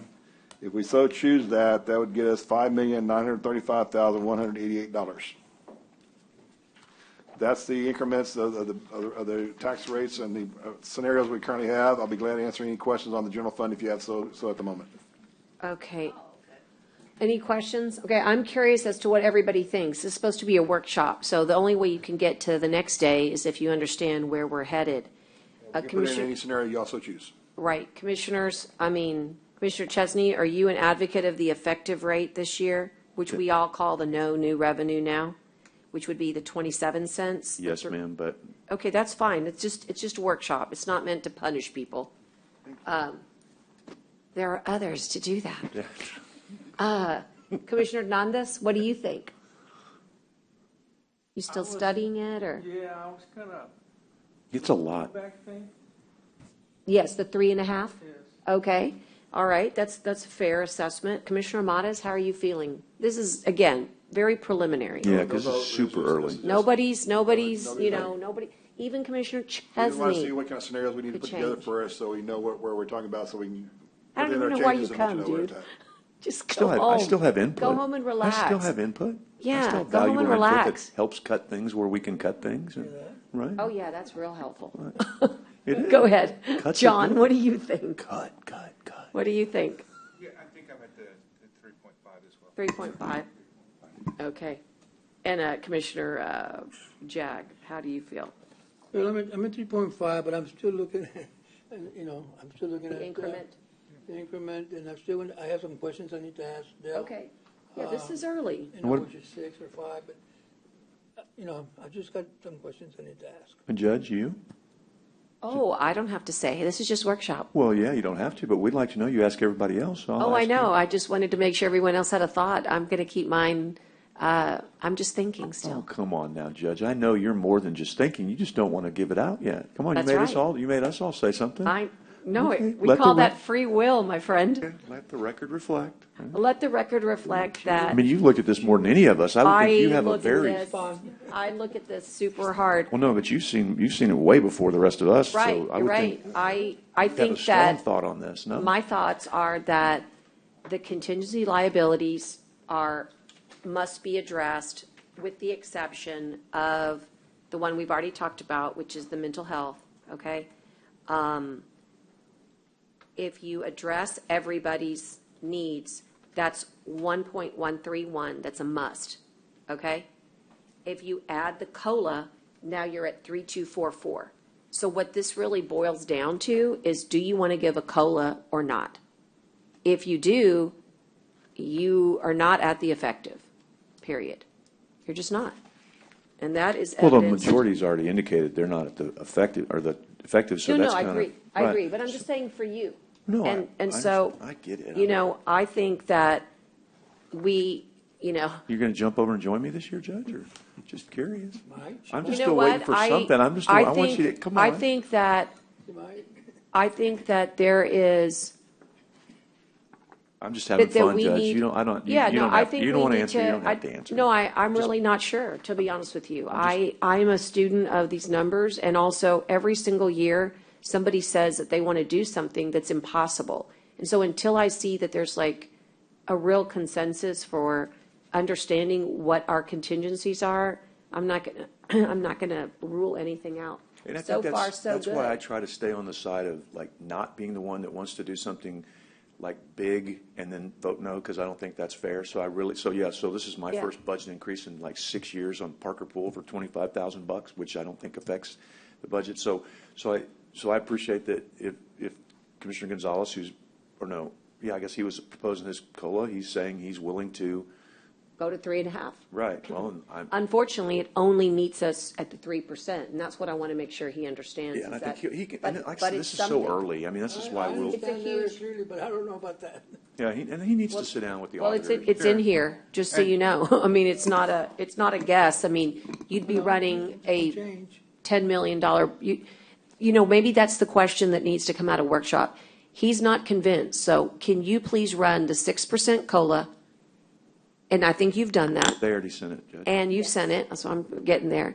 And that budget deficit would be how many millions? That's if we don't do any, that's if we just take everything No, else take it that's- at the 3.5. No, that's if we don't, that's if we take everything that's been presented and add the COLA. So in other words, like, the court Well, could still add the go. 1.5, add the extra COLA. Correct. The court could still go back and make some changes to the reclassifications, to the new positions, to the other suggested things. Eliminate a lot of And things. that's where Well, everybody needs. eliminate what? That's what I want to hear. For example, Oh, the I'm- limited new, just so you know, the limited new positions, the limited reclasses, if you Xed them all out, all you're saving is literally $550,000. So my question to you is, Well, but, and I don't understand that. eliminate what? Like, What is okay, your thought? Because you have to have a thought in order to find those millions and millions of dollars. What is it? I don't Still have, thinking, I'm still thinking. Okay, he's thinking. Okay, everyone's still thinking. Well, I'm going to urge you to ramp up the thinking. And do we want to be here tomorrow?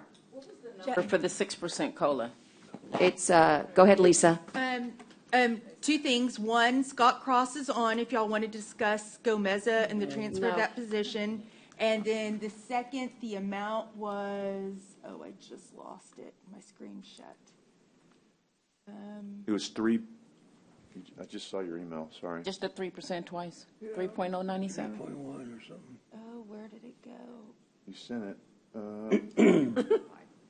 It's, the 6% is 3.05 million. 5% is 2.54, and 4% is 2.03. These includes benefits. That's what I'm reading from Lisa. Yes, that's correct. The COLA is 3.05 million for the 6%. 5% would be the 2.54, and 4% would be 2.03. And those all do include benefits. Good job. I We're- just we're wanted gonna to change say the that the expression. governor Oh. did include us, FYI. Oh, okay. On drought. I was going to say, we're going to change the expression from Johnny on the spot to Lisa on the spot, okay? We're going to change that expression. It's a little more, good job. So, Dale, I mean, you've heard from us, and I know that you can plug this in. Does this help give you enough time to prepare? I mean, I guess my question is, I feel good. I mean, we can always, I like numbers, so I can always kind of cherry pick what maybe concerns I have, but do do we need another half-day session? I mean, I'm in for another half-day session. You know, if we can end this by noon, I mean, I think that would be a great day, that we've gotten a lot accomplished. I don't know how much more you still need to technically present to us, but I have a good picture of where we're at. I think that there's some consensus here, and this may be the point where, you know, Maybe more than ever. you take it and run, right, Judge, is what you That's right. said the other day, pretty much. And I you know, if we need to come back again tomorrow, I'm all for that, you know, half day, but I'd like to try to give y'all enough time to work through this and let us dive a little bit more in to see if there's any other questions or concerns, you know, areas that we want to focus on. We could definitely use this time to go over the balances we have and put in the items that we need to put in, take out those that need to be taken out. If it'd be best, we can possibly suspend tomorrow and reopen the Monday of next week. Could we do that? We can do next week. I'll have to Well- zoom in next week, but I mean, It just works. Yeah, I mean, yeah. I don't- Okay, because we changed, well, let me, But I was here's saying, the deal. we This is- canceled next week, okay? So tomorrow's our day, because I've already made change. no, here's the We can thing. be ready tomorrow. We can be ready tomorrow. But what do we need to know? Because, like, Well, I'm going to revise the reclassification schedule. I'm going to remove everything except what I told you about. I'm going to keep a few items in there for the cadets and for the person at the library that's a computer person. So the amount for the reclassification will definitely go down. I'm going to remove the one for the new positions that we talked about for this. Talk to Ida, make sure we can take that out. So that'll change that. I can give you a few items of what the true cost is for your colas, and then I can update your list by removing the few items we have for the balances from the challenges that we need to take out. And if you give me the rest of the day, we can have it for you tomorrow morning. well, but here's the thing. So, but even if you bring that, like, in other words, you bring that back, everybody's still going to need time to digest what you said. So here's my thought, Judge, if everybody's okay with it, is all we're going to do is get all those things. We're going to rush Dale to get them done. We've all gone through the book. I'd rather get them all, put this as an agenda item on the 17th, and just deal with it then, and go from there. Because I think everybody. I mean, I've never. Let's be straight. I mean, I don't know what the judge is going to say, but you already got 3 members of the court who've said they're willing to do the 3.5. That ought to be a pretty clear direction. It doesn't matter what the judge and I say, right? And I don't mean that rudely. I mean, I'm saying me too. So what matters is how do you figure it to where that 3.5 gets what everybody wants, and if it doesn't, then it could go up. But I don't know why we need to come back tomorrow if we're just going to rush it and look at the stuff. Because I'm going to go back and I want to. Even though Yeah, I'm gonna be on the so let me losing just, side, I still let me wanna just look at share, let me just share, at least for the decision-making tree of what your ceiling is, that might be true, but there are definitely things to talk about. Let me give you an example. If the court in the majority says that the ceiling is 3.5%, your general fund tax revenue budget goes to 3.763. And we already know from this sheet of paper on J1 that the number you need is 3.244, leaving an additional $500,000 extra to base, to do good things with. So yeah. if the court decides to do the higher level, which is the 3.5 plus our savings account, if you want to use your savings account, and by the way, it's this year or forget it. No, One we more? still have one more year. One that more we can- year? Oh, okay, great, okay. Well, if you use it this year, then you go to 5.935 million, almost $6 million, giving you $3 million more to take care of salaries. Okay? So I just, FYI, if you want to take care of people and you're already committed to 3.5, what's the difference? Go do your Well, increment. and If he you're needs at to go 3.5, that's what I want to tell you. If you're at 3.5, you better go home and start figuring out why you wouldn't want to do the increment and do everything that you've been saying you want to do. And you should not do it with the COLA. You should change people's lives with a base salary. That's how you do it. That's how but again, go and think about it, because if you're already at 3.5, using your salary, using your increment next year has done nothing to help you with all these vacancies this year. Well, and that's what I'm saying. Why don't we just let Dale do all that, and you can certainly run that calculation with the increment, because maybe the other three will go there too, and then get that to us like as soon as you can. Let's put it on the agenda for the 17th, and not have any more workshops unless someone just feels a need to keep talking about Well, it. Because, I it's mean, y'all got, this P8. is more momentum at this point in the budget than I've ever seen since. May I ask a quick question? Well, that's because it's easy when your tax rate's going, woo, way down, you know. But having said that, could we just, it doesn't have to be formal, because a workshop doesn't require the quorum, as I understand it. Can you guys just be here in the morning? Wait, it does. And be here Yeah, it for- does, Judge. I said that too, and Well, I I was thought corrected. the answer was no. No, I was corrected, and it No, was no, no, no, no. yes. I thought, no, the answer is that you can talk, you can't make any decisions, I thought you I said. thought that was the case, but I was told no, Judge. I thought, Well, I agree- thought Jenny had said yes. No, she told me no. Okay, If sorry. you're doing the county's business, you need to. You need a quorum. But it has to be, Okay. does it have to be a physical quorum? That's the Now, other I thing. don't know about workshop being a carve-out for that, because it seems Okay. pretty I plainly. still think that's got to be rectified, because that, Yeah, if you I read that was told Open the Meetings opposite, Act, the Open Meetings Act says, it says differently than what, anyway, I don't. Well, the reason I I'm was not- saying is that I was going to say if we don't have if 3 people want to come tomorrow, great. If you don't, then it's not a meeting, But but I we- can still ask questions. All I'm saying, Dale and Lisa, you all have carved out the time. Why don't you make yourselves available Yeah, but that's in this different than room having for a meeting, because Q&A? what I don't So want we- is there to be another situation where someone didn't show up and we didn't have a quorum. So I don't want that, so I mean, I'd like no, to- I just, I'd like like to to come visit to- with them this afternoon, one-on-one, and I think maybe that's where we find more value, and you can get a little bit more input, because no matter what, I mean, and I know what I say can make a difference, and it's important for everyone else to hear, but I still, there's some tiny questions that, we can all continue to go on and do the rest of our work for the day without taking up too much time, and more clarification on just my office on my end, so that's what I would need tomorrow for. I mean, I wouldn't need it much else. But if a majority is going to be here, then I will participate as well, so. I like your idea of the one-on-one time. So, I mean, We can definitely spend some time one-on-one, but we need to make sure that because one year we try to do some stuff and the county attorney says we can't do something because it violates the Open Meetings Act. But we want to make sure we are no problems, and we will definitely meet with each of you. We're going to go through and make the changes we have for the discussion we've already talked about to try to reduce some of the costs of our challenges and reduce some of the reclassifications and put in some of the COLAs at different levels to see what y'all see what the best impact would be.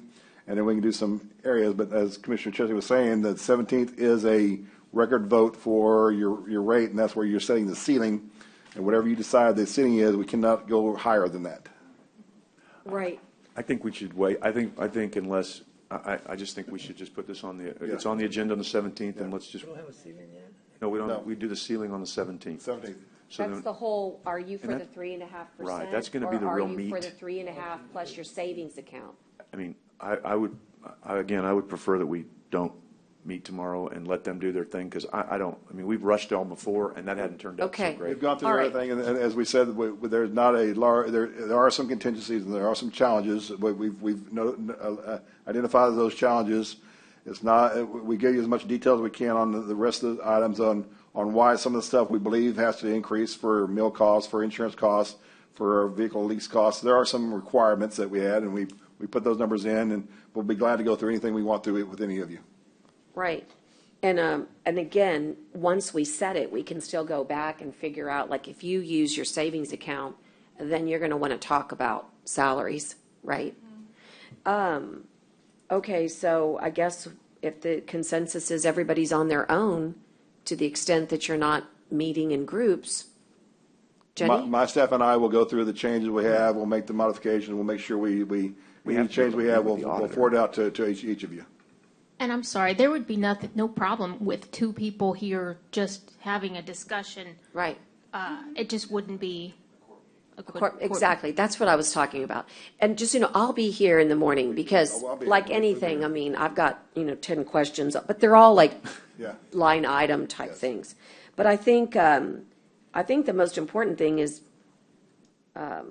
Yeah, please go study, whether or not you think you can, I'll let you know, what your thoughts are. I'll let you know this afternoon what I'm asking for, see if I can get that. I'll let you know this afternoon what my Okay. questions are. And the only thing I would ask is if there's a question that you generate a report, circulate it to We'll make sure everybody. everyone Right? gets it, yes. That's the fair thing to do. Okay, well then at 11:35. So are we canceling tomorrow? Okay. Yes. And then on the 19th, we send out the elected official salary notices. So if you're going to do whatever percentage on that COLA, gotta do we that kind of by- need to know gotta do by where we're going. Good point. gotta You be send Well, those, that's I going to sent 'em- happen on the 17th. right. So Well, you'll you know. take your, you set your Oh, ceiling. you only but set your ceiling, Oh, you you only don't. set your Here, we're ceiling. kind of getting a feel Okay. for But- what You know we're what gonna I do. would do But is that's what I'm can't we saying, we s- could discuss it if we We put it could. on. Yes. And We could. just say, if, Yeah. well, I think, Well, I mean, we it sounds should like just we're going to ask have a all pretty the good idea on the electeds. 17th. The 17th, y'all can set the rate, and if there's a COLA information that y'all want to go ahead and vote on, y'all can make that as a record vote for just the budget portion Right. of the COLA, then Hey, everything can and- be fitted And I'm in. just curious, Commissioner Chesney, because Yes, ma'am. you've heard, as I say, you got the sneak peek, Sneak knowing what you know about salaries. Sneak peek of what? Well, you got the sneak peek of the 3.5%, Oh. the interest. But knowing what you know about how off our salaries are and what you said is so accurate about jumping off the cliff, we did something good with all the ones that were supported by ARPA. On Friday, we did that, what was it, 68, 60, 40? 40, 20. I'll give you those 60, numbers, 40, too. 20. So we got that under control. Mm-hmm. But there's all these other folks that are so off base. And, they're mainly the ones that you hear about in court. And I'm just wondering if you could not maybe think about supporting the 3.5 or the increment. Well, really, 3.5 won't help us. Forget what I said, okay? Increment, okay? Only this year, because it's the only way to actually adjust salaries. Other than that, you could wait, but the longer you wait, the more people will leave. So my thing about the 3.5% What I'm concerned about. is that it does do some good, don't get me wrong. But really, all it does is give you a 3% bump without really addressing the right salaries. Well, but he's And so- saying, he's advocating 6, and then that would have to include the increment. Well, that's the only thing I was going to say. Well, no, I'm But the just saying 6, yeah, yeah. that's getting. I just don't know if 6 is, again, the reason we do salaries compensations is because it might be 10 for her and 3 for her. Or, do you see what I'm No, saying? he's saying 6 across the board, though. I know 6 across the board, but I don't know if that's accurate, that would really, in other words, the salary for, I'd have to huge. ask Jenny or the DA, would 6 be the right amount? Because if it's not, are you really making, Well, but am I making a difference? Well, no, but Judge, Do you see what I'm saying? she's not the right person to ask, because she's got already recommended reclasses in there that would, I don't think it would take away the reclasses. This is an addition to. Well, the reclassification, I'm recommending that if you so choose to do a COLA, we can definitely remove most of the reclassifications, and we can Yeah. include any that you also choose.